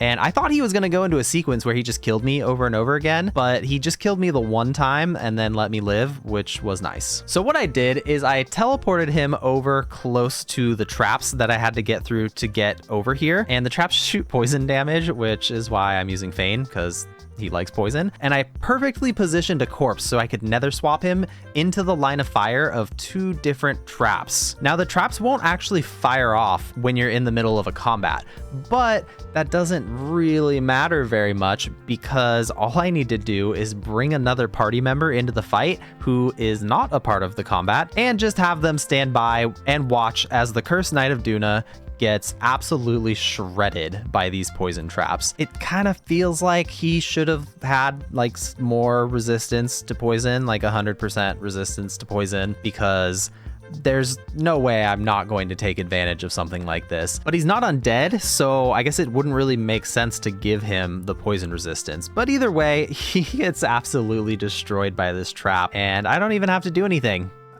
Easy kill. Next to die is going to be the Sallow Man, and I used Alexander's severed head to get him to remove the illusion so I could come in, because I can't equip the cowl because it's a no armor run. And I have something pretty special in mind for the Sallow Man. I wanted to see if I could get the Sallow Man to have a conversation with Lohse while they both are standing in lava. So what I'm going to do is I'm going to have Feign talk to Lohse so that all of the status effects that she has get completely paused. Then I'm going to have the Red Prince use cryogenic stasis onto Lohse so that she has plus 100% fire resistance. Because of the warm debuff, she actually has minus 15%, so I had her run demon so she'd get the extra 15 back, so she's perfectly resistant to fire damage. I teleported her down there while she was still in conversation so that the permafrost frost didn't go away. Then I used Nether Swap with the Salaman and Losa to get him to teleport down there without actually damaging him and putting him into a combat state. I teleported Losa down there, ended the conversation she was having with Fane, and managed to get them to have a nice little chat while standing in lava. It was actually really funny because Losa was like going through the motions of the conversation while frozen because the demon inside Losa was talking to the Salaman, and the Salaman lost all of his health instantly because he's standing in lava. But what was really weird is that after he took his turn, the game just completely froze up. It would not move forward.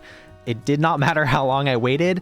The combat was just busted. So I had Fane fire a projectile in and actually finish the Salaman off, which put him into this unconscious chained up state. And I was worried that it was going to be stuck again, but then it actually did manage to move the combat forward, which was nice because now it is Losa's turn. And I didn't really like have a plan beyond this point because I mean, I assumed that he would probably die to the lava, but I just wanted to see if I could have the conversation down at the bottom. I cast cryogenic stasis on Losa again to see if I could extend the duration, but it actually didn't work. Since she was already frozen, it didn't do anything. The status effect stayed about to run out. So I decided to just click end turn because Losa has the comeback kid talent. So if she does die to the lava, I was pretty sure that she would survive it for at least one turn. So that's what I went ahead and did. And sure enough, she did resist death, and that made it so the Salaman stood back up and was back in the fight with half health. Now at this stage in the fight, he is enraged, which means that he cannot cast any spells. He's completely silenced, but all of his attacks are critical hits. So what I decided to do was I teleported Losa up onto this cliffside, and then I brought the Salaman back up because I ended turn over and over and over again to see if the lava would kill him, and it just did not. It just did not kill him at all. So I decided to teleport him back up to land so that Sabeel would have a line of sight to attack him. And since he's enraged, he can't use any movement abilities. So he just stood there upset while Sabeel perforated him with arrows. It was wonderful. I didn't know how any of this would go. And before I left the Salaman's lair, I had one more goofy strategy to try out, which I needed Wendigo to help me with. I want to see if I can get Wendigo to hit herself with a spell. So I stacked up these oil barrels so it'll be a tiny bit more dramatic. She does have fire resistance, so she's not really the most exciting person to try this on. But what I did is I put Fane in combat, and then I waited for the moment that she was casting Fireball to nether swap her into the attack that she just fired off, and she got exploded by all the oil barrels and ran through the fire to get back over to Fane. So it was mission accomplished. She took a pretty decent amount of damage. If she wasn't resistant to fire damage so much, it might have actually been a pretty big deal. Otherwise, I just finished the fight up with her. She is not strong. As I got closer to reaching Divinity, my party members wanted to chat and see who was going to ascend. Final prize is yours. You will be the new divine. Let's do this.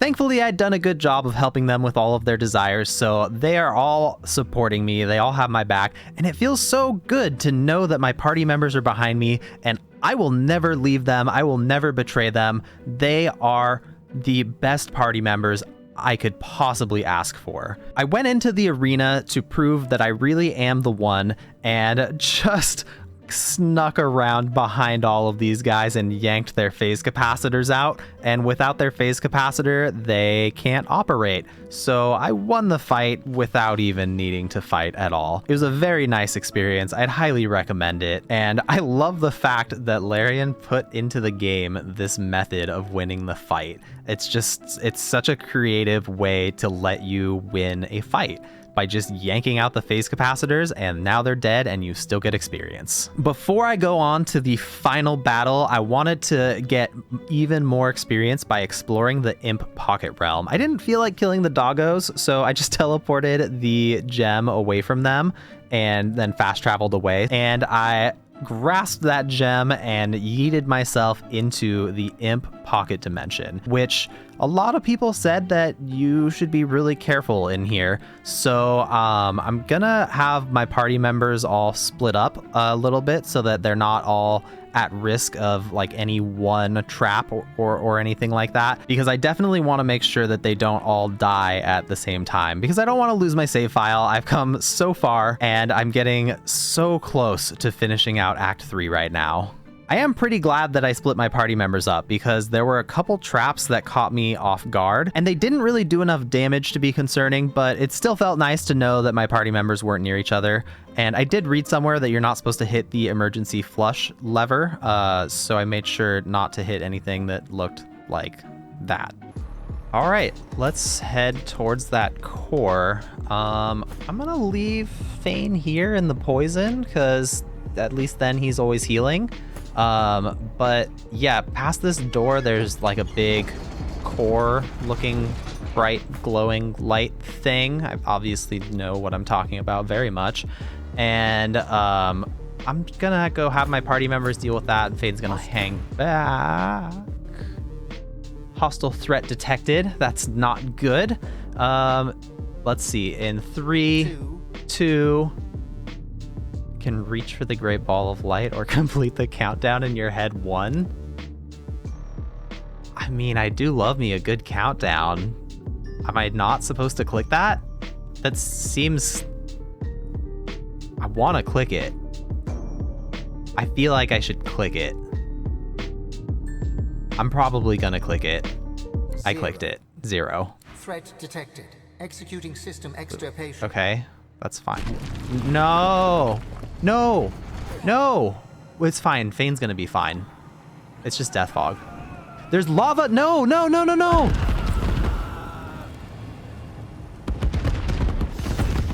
I'm alive. I have the idol. I'm exploding.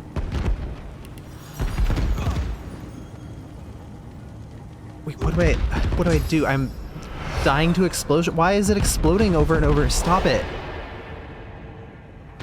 Okay, I don't know what to do. Jump away, different... I can't talk and do this.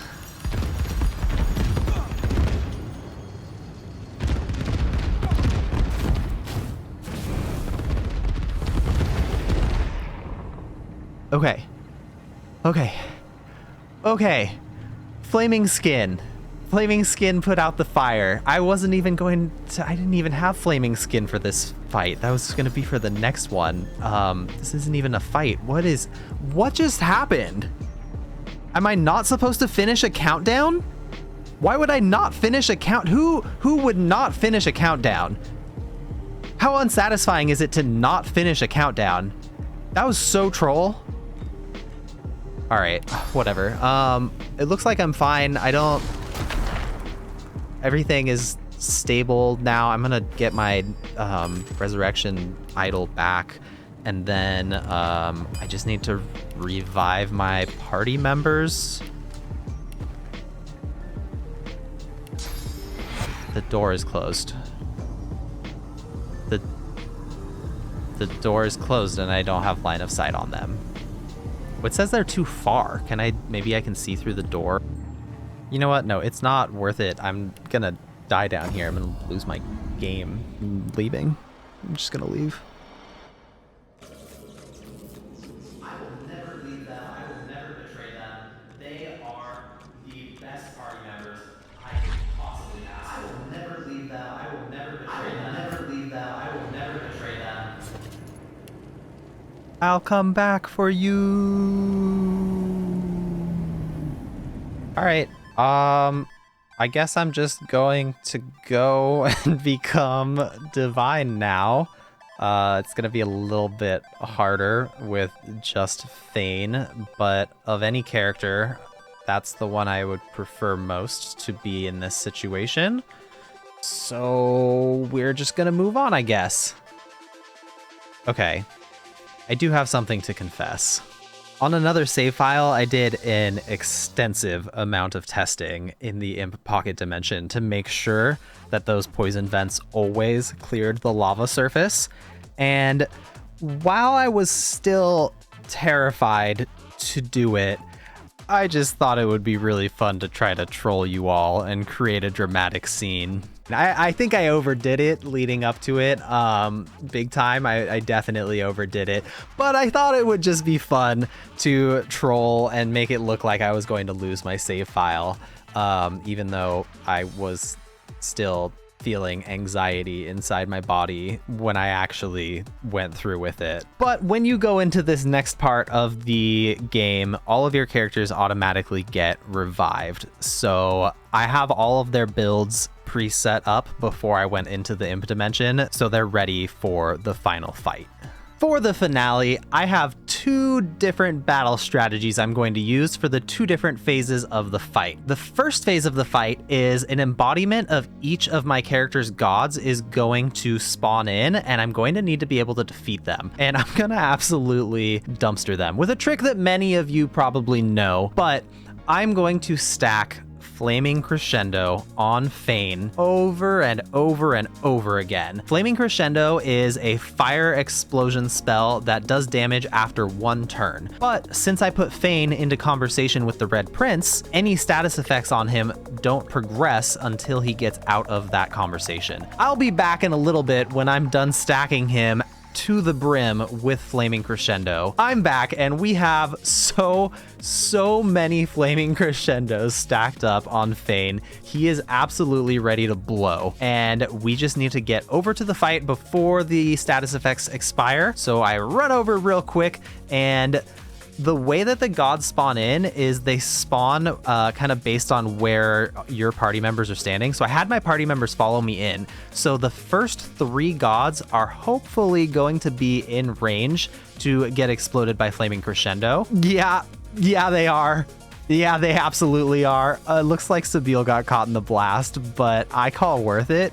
And this is honor mode, so the game just saved. So, we're locked in now. This is why I had Flaming Skin. It was so that I could get rid of the fire on me and then cast Chameleon Cloak so that I can hide out and not die in case something went horribly wrong. My thought was that since the flaming meteors kind of come down, I don't know if they come down in a fixed location or if they come down in random locations, and so I just didn't want to risk getting hit by one of them when I was invisible, so I figured if I was completely immune to fire, then I would be good to go. Losa does enough damage to the embodiment of Amadia to get this fight to move into phase 2. Phase 2 is against this giant source titan that spawns in with half health, but it has a lot of armor and magic armor, so it's definitely no joke. It totally blew away my chameleon cloak when it landed, which is not ideal, but that's fine. What I'm going to do is I'm going to use Summon Condor, because the Condor deals piercing damage, and I'm going to use haste on the Condor. I'm going to use time warp on the Condor. I'm going to try and let this Condor do as much damage as possible to this guy while completely ignoring all of his physical armor. So the Condor did a pretty good chunk of damage. I was kind of hoping it was going to do more, but it's okay. I have more piercing abilities on my other party members who are probably about to get absolutely, yeah, they just got slaughtered. That's okay. Actually, Losa's, oh, okay. Oh, Losa and the Red Prince were the only ones to die. And the Condor's gone. That's okay. Sabile was up at high ground. Thankfully, she died earlier, right? Because otherwise I wouldn't have been able to move her up to the top, I guess. But since it's Sabile, she has Flush Sacrifice for the extra action point, and she can use Adrenaline. So I'm gonna have Sabile bring everybody back, and we are going to try and take this thing down with piercing damage. Sabile has Marksman's Fang for her piercing damage, and I have her up at high ground, so it was a pretty good chunk of damage. The Red Prince has Sawtooth Knife as well as Ruptured Tendons. Plus he can use Skin Graft to get Sawtooth Knife back and use it a second time. Losa still has a caster build, but I gave her all the armor piercing grenades that I could find in my party member's inventory, so she just needs to throw a couple of those, and she is using the talent Ambidextrous, which lets her throw grenades for only 1 action point as long as her offhand is empty. And it is. I have her offhand completely clear, so she is good to go. I got the Source Titan down to 3 HP, and I decided to just let him take a turn to see if he would walk, but he's smarter than that. He didn't want to die to the ruptured tendons. So I had Sabine finish him off by using Skin Graft and using Marksman's Fang again. My party members all leveled up, and we officially have beaten Act 3 and are headed into Act 4. Thank you so much for watching. There's a pretty good chance I'm not going to do Act 4 for a while because I'm going to be playing Baldur's Gate 3 instead, but I still would like to finish it, so at some point I'll come back for you. I came back for you! In this video, I'm finishing my playthrough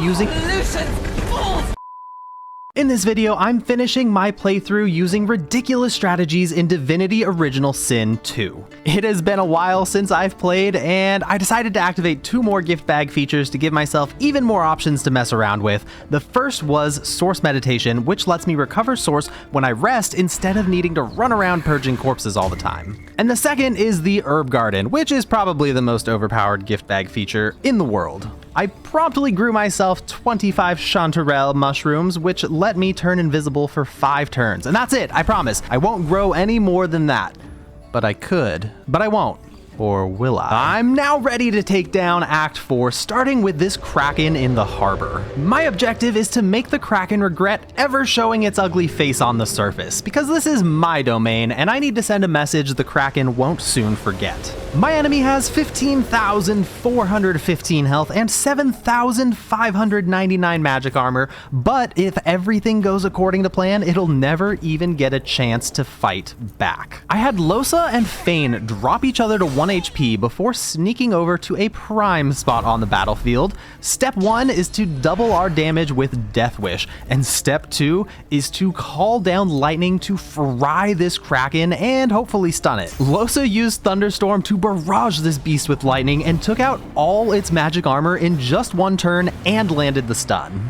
Fane followed up with a second thunderstorm, and the Kraken decided that was enough. It slipped back underwater, exiting the combat, which was actually really unsatisfying. I wanted to kill it, but it is scripted for it to run away once it gets hurt. So when it left, Fane and Lohse were removed from the combat as well. So I just rested so I could get all of my source points back, and I blasted the remaining void creatures with another thunderstorm just for fun. The harbor has already been cleared. That was easy. Just a short walk from the harbor, there's a refugee camp, and a little jump away from that, there's an undead named Loic the Immaculate. Now come on, I can't resist an opportunity like this. It's time to form a refugee army to lead into battle. Since Loic the Immaculate is undead, I'm expecting I'll be able to get the camp's full support. And it honestly feels like the game wanted me to do this. When I stand up here next to Loic, there's a nice little patch of ground that I can teleport him to that's right by the refugees. The rest of the camp was blissfully unaware of the situation, so my hero who will lead the charge, the Red Prince, bridged the gap and brought the whole camp in together. And just like that, we've got a battle royale on our hands. Loic is a powerful caster and opened with an epidemic of fire, dealing well over 2,000 damage.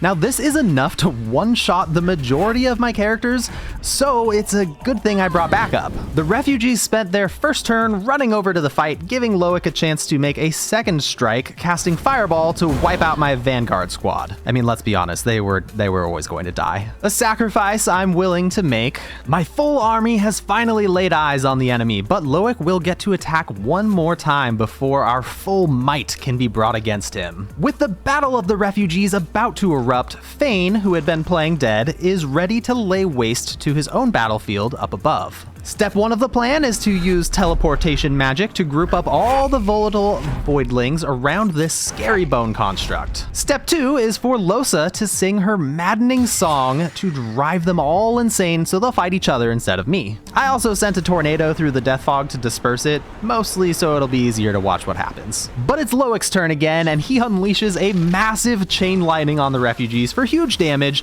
and a refugee walked up and stabbed him a little, but it's clear that Loic has the upper hand in these these exchanges. Now, I actually don't know what I expected for this next part. It wasn't this though. The Necro Wing Voidwoken used a cursed fireball to just obliterate all of his allies, and it was a pleasant surprise. I checked the combat log and there were hits for over 10,000 damage in there.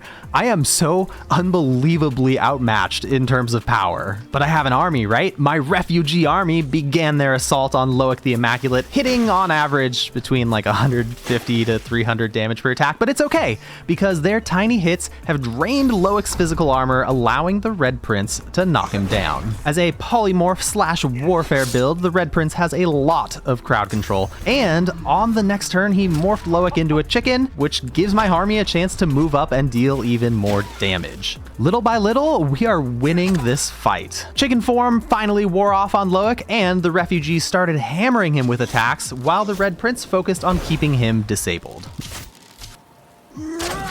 My upper battlefield squad only survived thanks to the Resist Death Necromancy spell. Every single attack from these monsters is enough to one-shot us. But I've been collecting unique arrows throughout the entirety of the game, and with 25 knockdown arrows, I can keep these bugs disabled for an extremely long time. So I'm pretty much in the clear up here. As long as the Red Prince doesn't mess anything up while leading his army, I think this battle is won. Oh, fuck. I just turned my whole army against me. All right, I guess I'm killing all of them. This is a huge mistake. I can't stress enough how rusty I feel at this game after not playing it for months. Take you. Holy shit. Despite the Red Prince's mistakes, I'll yield to none. shame on him, I was eventually able to eradicate all forms of life in this entire area, which hopefully won't be an omen of more mistakes to come. Heading down the road, I found some bandits that are all soul bonded to an animal companion, and I decided that Fane should be more than capable enough to dismantle their bonds all on his own. Soulmate is an ability that causes characters to share their healing, and I'm going to exploit that to take them down in the rudest way I could think of. I'll start with Emberwings, who has no physical armor. With no physical armor, I can apply the decaying condition with a simple spellcast, which converts all healing into damage. Now, could I have just healed Emberwings to death? Sure, but that didn't feel insulting enough, so instead, I hopped on over and I healed Emberwings' soul-bonded ally instead, which passed the healing along, and decay turned it into damage. Emberwing went down and left some roaring necrofire behind. Next up, I'll be taking down Cuddles with nothing more than a Dominate Mind spell. Cuddles has no magical armor to stop me, so I've effectively turned their ally against them. And lastly, I'll take care of Featherfang. Featherfang has both physical and magical armor, so I can't use any status effects easily, but I don't need to. I can just nether swap Featherfang with Emberwing's corpse, leaving them to just barbecue in the necrofire. Now, if the game's AI was a little smarter, then maybe all these tactics wouldn't work, but that's not my problem. All I need to do now is munch on my invisibility mushrooms while these bandits slaughter Cuddles for me and Featherfang roasts. My plan was working perfectly on Cuddles, who took a devastating amount of damage from his allies and even received the decaying status effect in the process.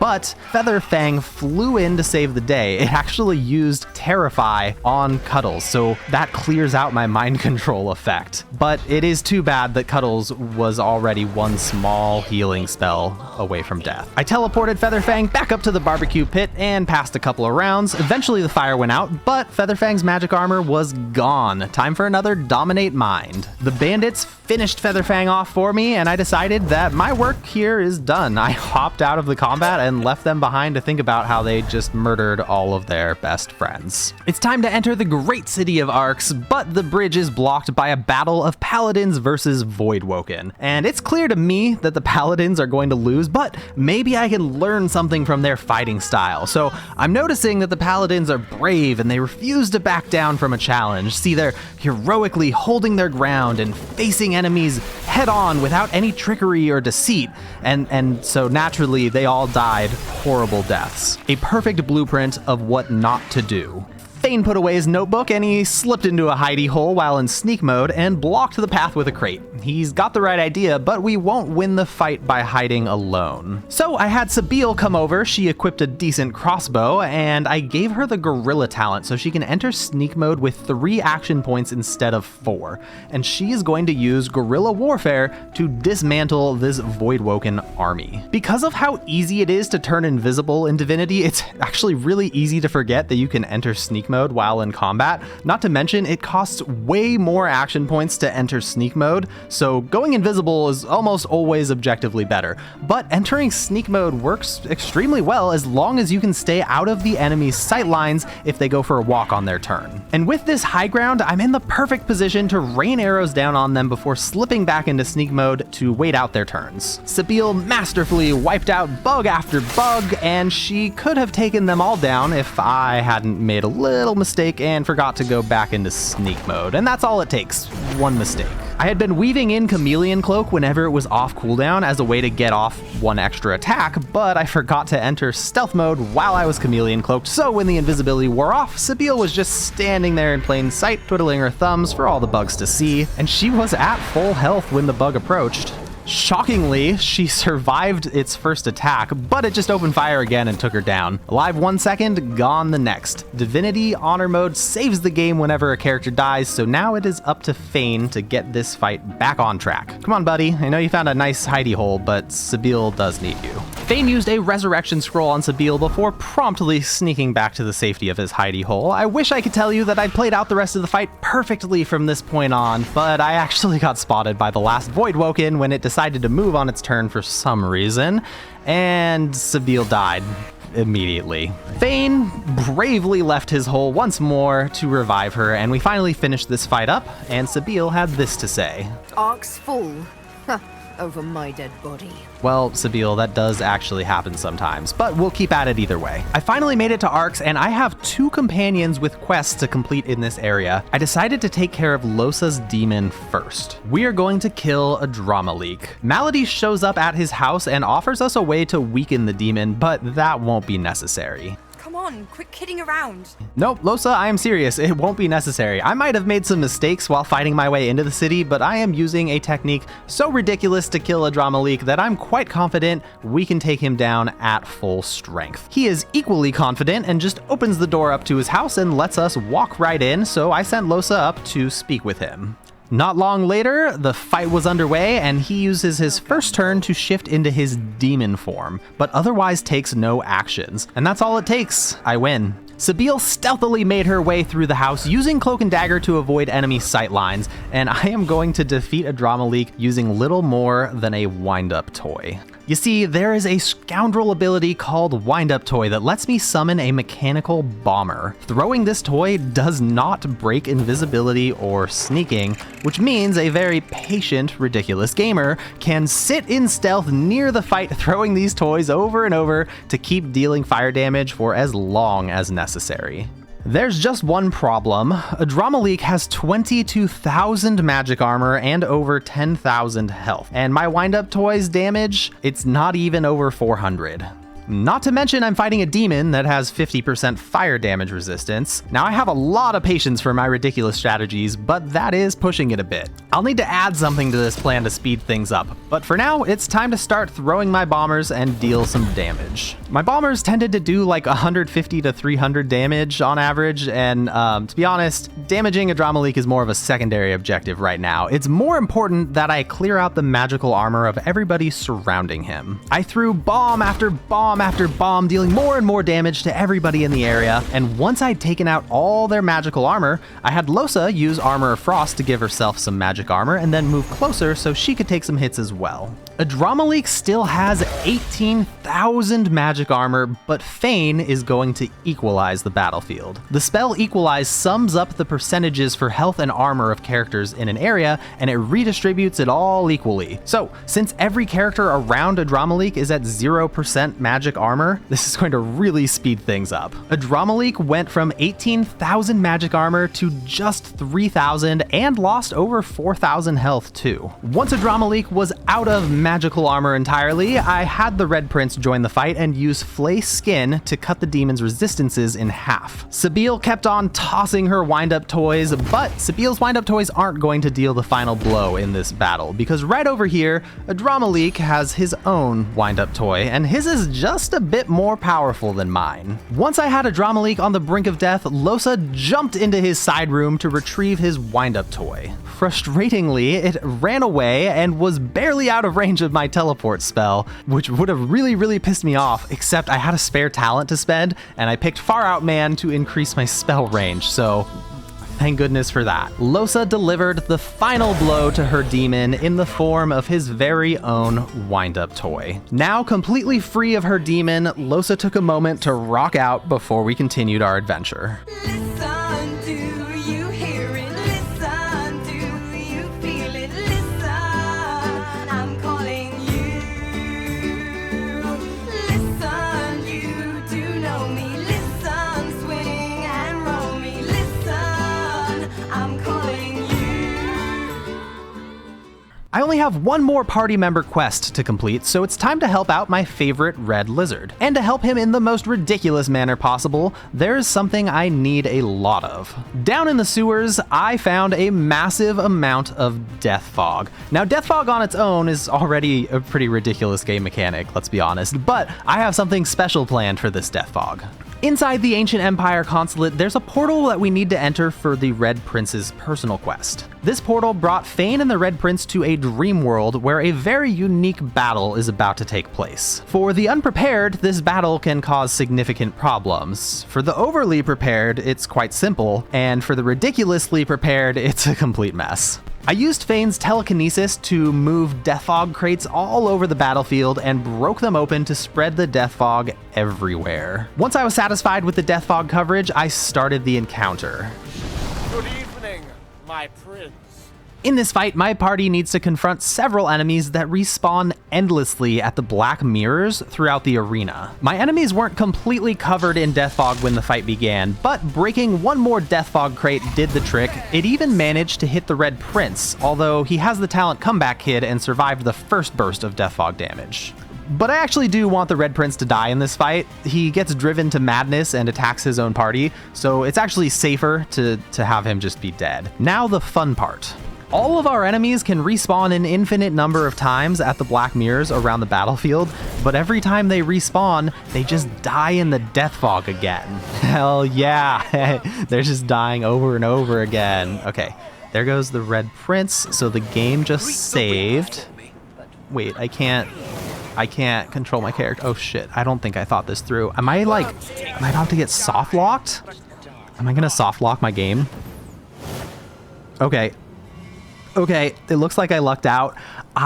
Wow, I didn't completely fog out one of the mirrors and they managed to spawn and not die. Damn, that was like dangerously close to being an infinite loop of game ruining sadness. As an undead, Fane can move safely through the death fog, so I sent him around to take out the mirrors. And at one point, he was even removed from the combat for some reason. I guess he was just barely far enough away or something. And that's when it got even weirder. Alexander registered as in the death fog and apparently couldn't find a safe place to respawn, even at the mirror that wasn't completely covered. Here you die, but we do not. Here we do not die. Here you die, but we do not. Here you die, but we do not.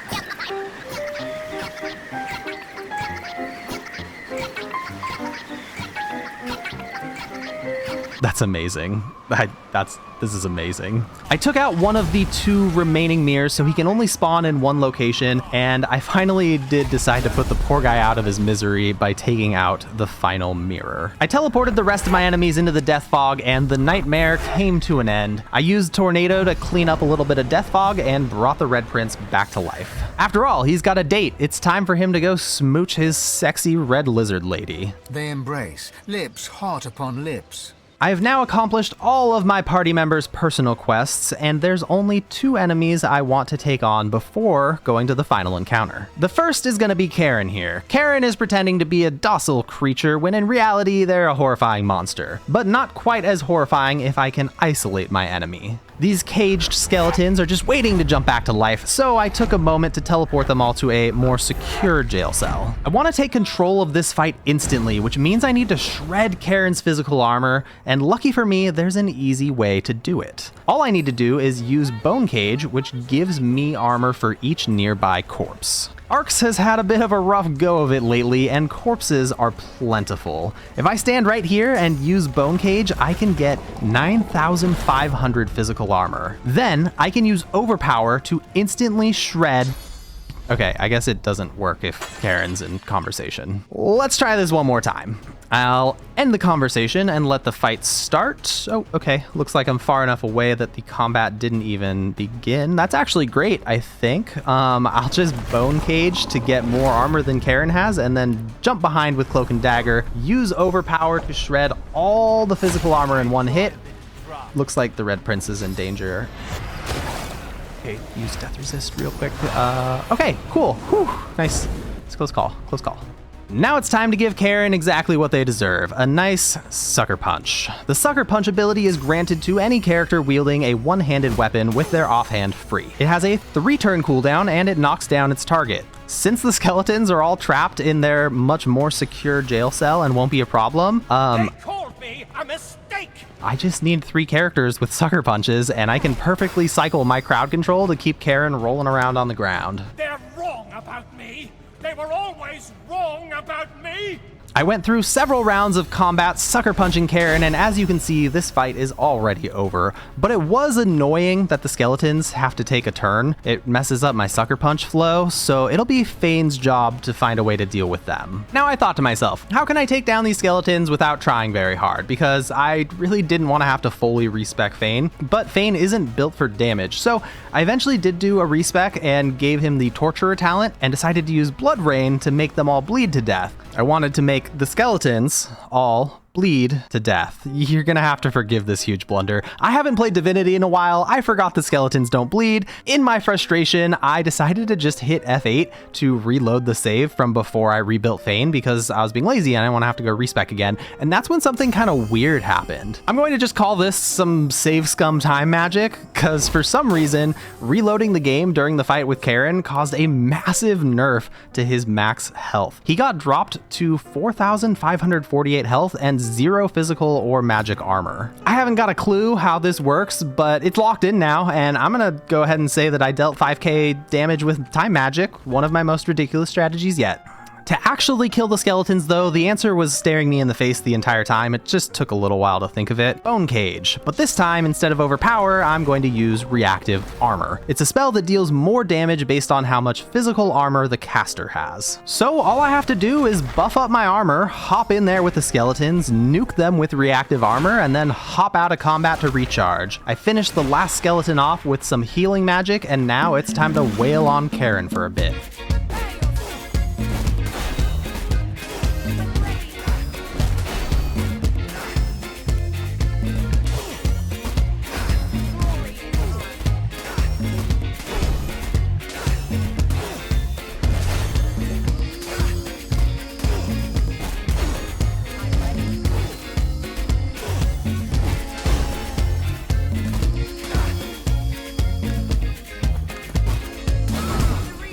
Huzzah! We've done it! One more enemy to fight before I hop on a train headed straight to the final encounter. And I do have a pretty fun way of doing it, so I am excited to get to finally finish this thing off. The enemy I'll be facing first is a giant plant, and I'm gonna go ahead and Pokemon this one. Fire Slugs, I choose you! And of course, the Red Prince, you're gonna use your Dragonling to lead the charge. Well, I made a pretty big blunder almost immediately, which I should have remembered because I've tried this before, but I've waited a long time. I haven't played in a while. Forgive me, you know, we're making a mess in this one. After I summoned all of my Fire Slugs, I gave them Door to Eternity so they would resist death, and then I supercharged them all to boost damage by 100%, but Supercharger will make them all die on their next turn.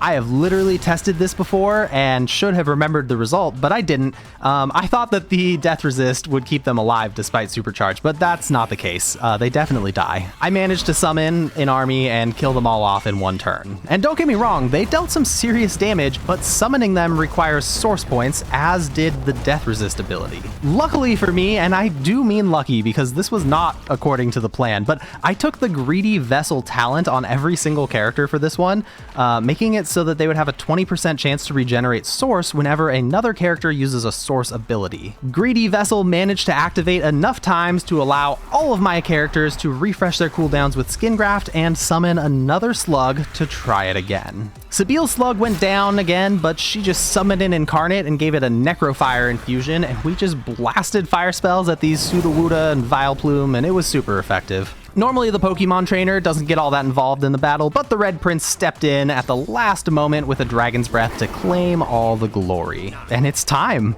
I have a little bit of busy work. I need to clear the path to the final encounter, but I won't be taking any more fights until I get there. I'll need all the power I can get for the final encounter, so naturally I visited the cheese merchant. I'm wondering what tickles your fancy.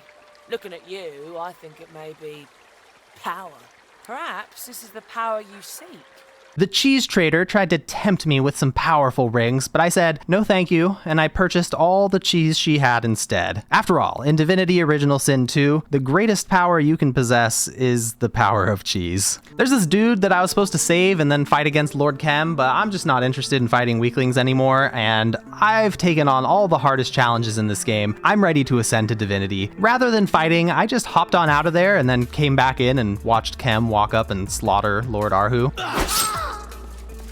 Then I approached invisibly and I had a quick conversation with Arhu's spirit just right in front of Lord Chem. After the conversation, I had hopped away again. No more challengers. I'm on the road to the final boss fight. I had to fill this amulet with source, so I purged all the paladins back on the bridge. I imagine if they'd been able to consent, they would have been willing to sacrifice their souls to save the city one way or another. I finished up all of the busy work and I found myself at the final boss of Divinity Original Sin 2. This fucking puzzle. Even while looking at a guide, I still managed to mess it up like 3 times, but it's done. Am I a god now? No, not yet. Fine, whatever. Time to abuse my chanterelle mushrooms to run around this room invisibly and hit all the switches necessary to skip through here. Beautiful. All done. We did it. This is the final battle, and it's also the scariest moment in the game for me. I have no armor, pitiful health, and without the ability to equip gear, I can't boost my initiative high enough to go first. I need to survive my enemy's first attack without getting crowd controlled. If I fail, it's literally over. So I lined up a delicious assortment of goodies for Fane to drink to boost his odds of survival. A magic armor potion, physical armor, 50% dodge chance, immunity to mental conditions, an increase in wits, and 75% resistance to all elements. Here's hoping I see you on the other side.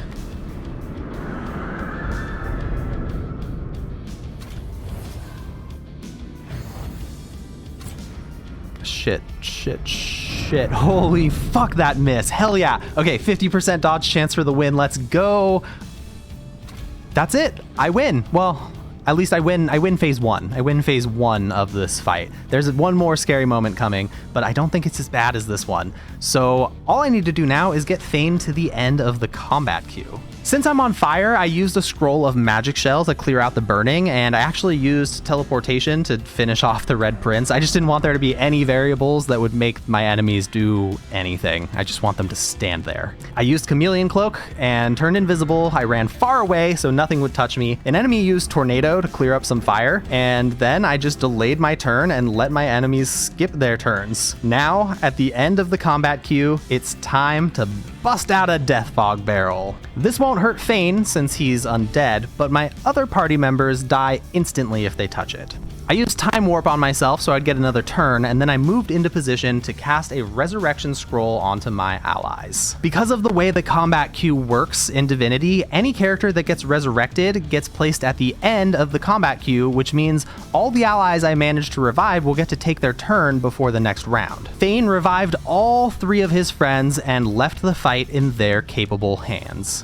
This is the end of a rather grueling playthrough, and I wanted it to last so I could enjoy it just a little bit, so I teleported Dallis away from the main group. Hurting her too much moves the fight on to phase 2, and I wasn't ready for that to happen just yet. In this fight, all of my source abilities are usable without needing to spend source points. I can spam the most powerful spells in the game every turn. So I opened with an extremely satisfying pyroclastic explosion. Then, with Lohse's last action point, she jumped into the death fog. Curiously, the game didn't autosave when she died, which is odd. I guess something about purposefully jumping into death fog makes the game skip the autosave on death function that honor mode has? I don't know. Sabile was up next, and you might have noticed this on Lohse's turn, but Sabile has 7 action points available, and that's because I'm using the talent What a Rush, which gives me an extra max AP and recovery AP if I'm below half health. I made it rain with an arrow storm and fear casted Living on the Edge onto Fane so that if I mess up anything, he'll at least have death resist and there'll be a chance. Then I jumped into the death fog and died. On the Red Prince's turn, he used resurrection scrolls on both Sabile and Lohse, bringing them back into the fight with another turn to take before the next combat round. All I have to do is have my characters die at the end of their turn, and they can be revived and take an infinite number of turns, or at least an amount of turns equal to how many resurrection scrolls I have. But like, come on y'all, it's the end of the game. I've been a good little thief this playthrough. I have well over 100 resurrection scrolls to play with, and if I thought I needed more, I could have bought more. The Red Prince doesn't have any impressive area of effect magic that the others are working with, so he started tossing some grenades until he reached his last action point, and he used it to leap into the death fog. So, as you can see, I have infinite turns and all of my cooldowns refresh while my characters lie dead on the ground. I am free to fire at will for as long as it takes.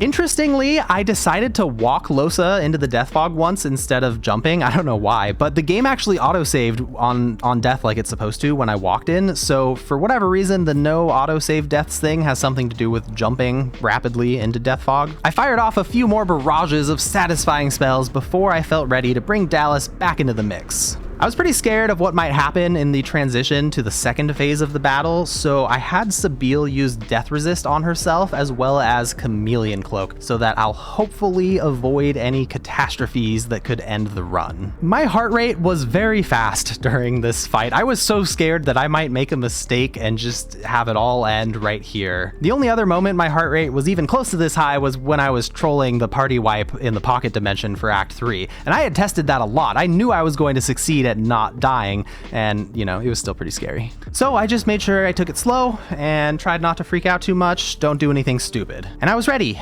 I mustered up the courage I needed, and I fired in that last bit of damage necessary to transition to phase 2. The Kraken is back, and this time it won't escape. It summoned multiple additional enemies for me to fight, and you can see me panic dropping points into leadership as if the extra 9% of resistances could save me if things went wrong, but my enemies had to waste their turns running over to me, and the Red Prince teleported Chem away from the team, then used teleportation scrolls to do the same with Salomen and Dallis.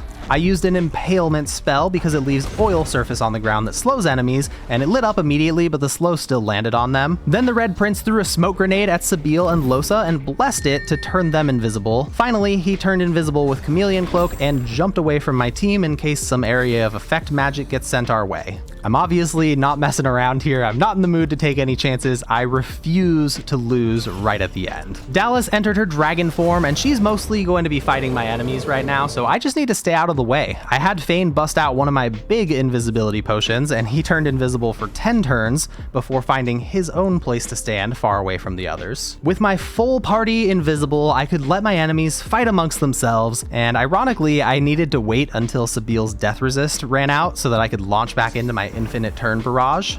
Dallis flew off into battle and got butchered pretty badly, with the Kraken appearing near her to deliver the final blow, and I just had my characters drink even more of the big invisibility potions to ensure that we would be safe, and I waited patiently until Sabile's death resist was gone, and my 4 characters were all at the end of the combat queue. I've done it. I've truly won this ridiculous playthrough. I teleported every single enemy up to where the Kraken was at, and I used my final death fog crate to set up my infinite turn turn resurrection exploit. At one point, I really wanted to do this entire battle with just scrolls and consumables, and I really have no doubt that I could have pulled it off, but I ultimately decided that I just wanted to have a chance to let loose a little and just rain down the best spells in the game. It's been really satisfying, and so I teleported all my enemies in a tight little bunch right next to the Kraken and prepared to blast them all to death. While I finish these guys off, here's a heartfelt message to you all. Thank you so much to everybody that supported me when I started this video series. The Act 1 video for this playthrough is the first video I've ever made in my life. I learned how to edit from scratch, made mistakes, hopefully I've improved. This video series was really special to me because it started my journey on YouTube, and I remember it having like 42 views after the first week and feeling excited because somebody hit the like button and subscribed, while simultaneously feeling panicked that it was never gonna break 100 views and all that work wouldn't really amount to much. I was scared that if I posted a video, people were going to leave mean comments, but I quickly found out that the rude people almost never show up early to a video. You all flooded my video with encouraging and kind comments way before the rude people showed up, and I truly appreciate you for sticking with me even though it took over a year to finish this series. I really love making videos and I hope to get even better at it, but the truth about life is that I literally can't spend this much time doing it without you all watching the videos. The fact that I can actually make some money creating videos that people enjoy watching is amazing, and whether you've watched a lot of my videos or you just watched this series, thanks so much. I really do appreciate it.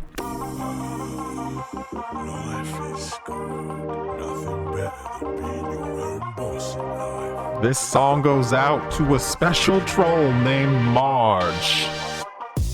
I just found a big fat troll, but I don't wanna pay his toll, so I'm gonna walk away. There's nothing left to say, but then a demon seized control, and I don't feel responsible for choking Marge with poison gas and slowly melting off his ass. He can go touch grass. Don't think of this song as an apology, I'm just explaining how the situation came to be.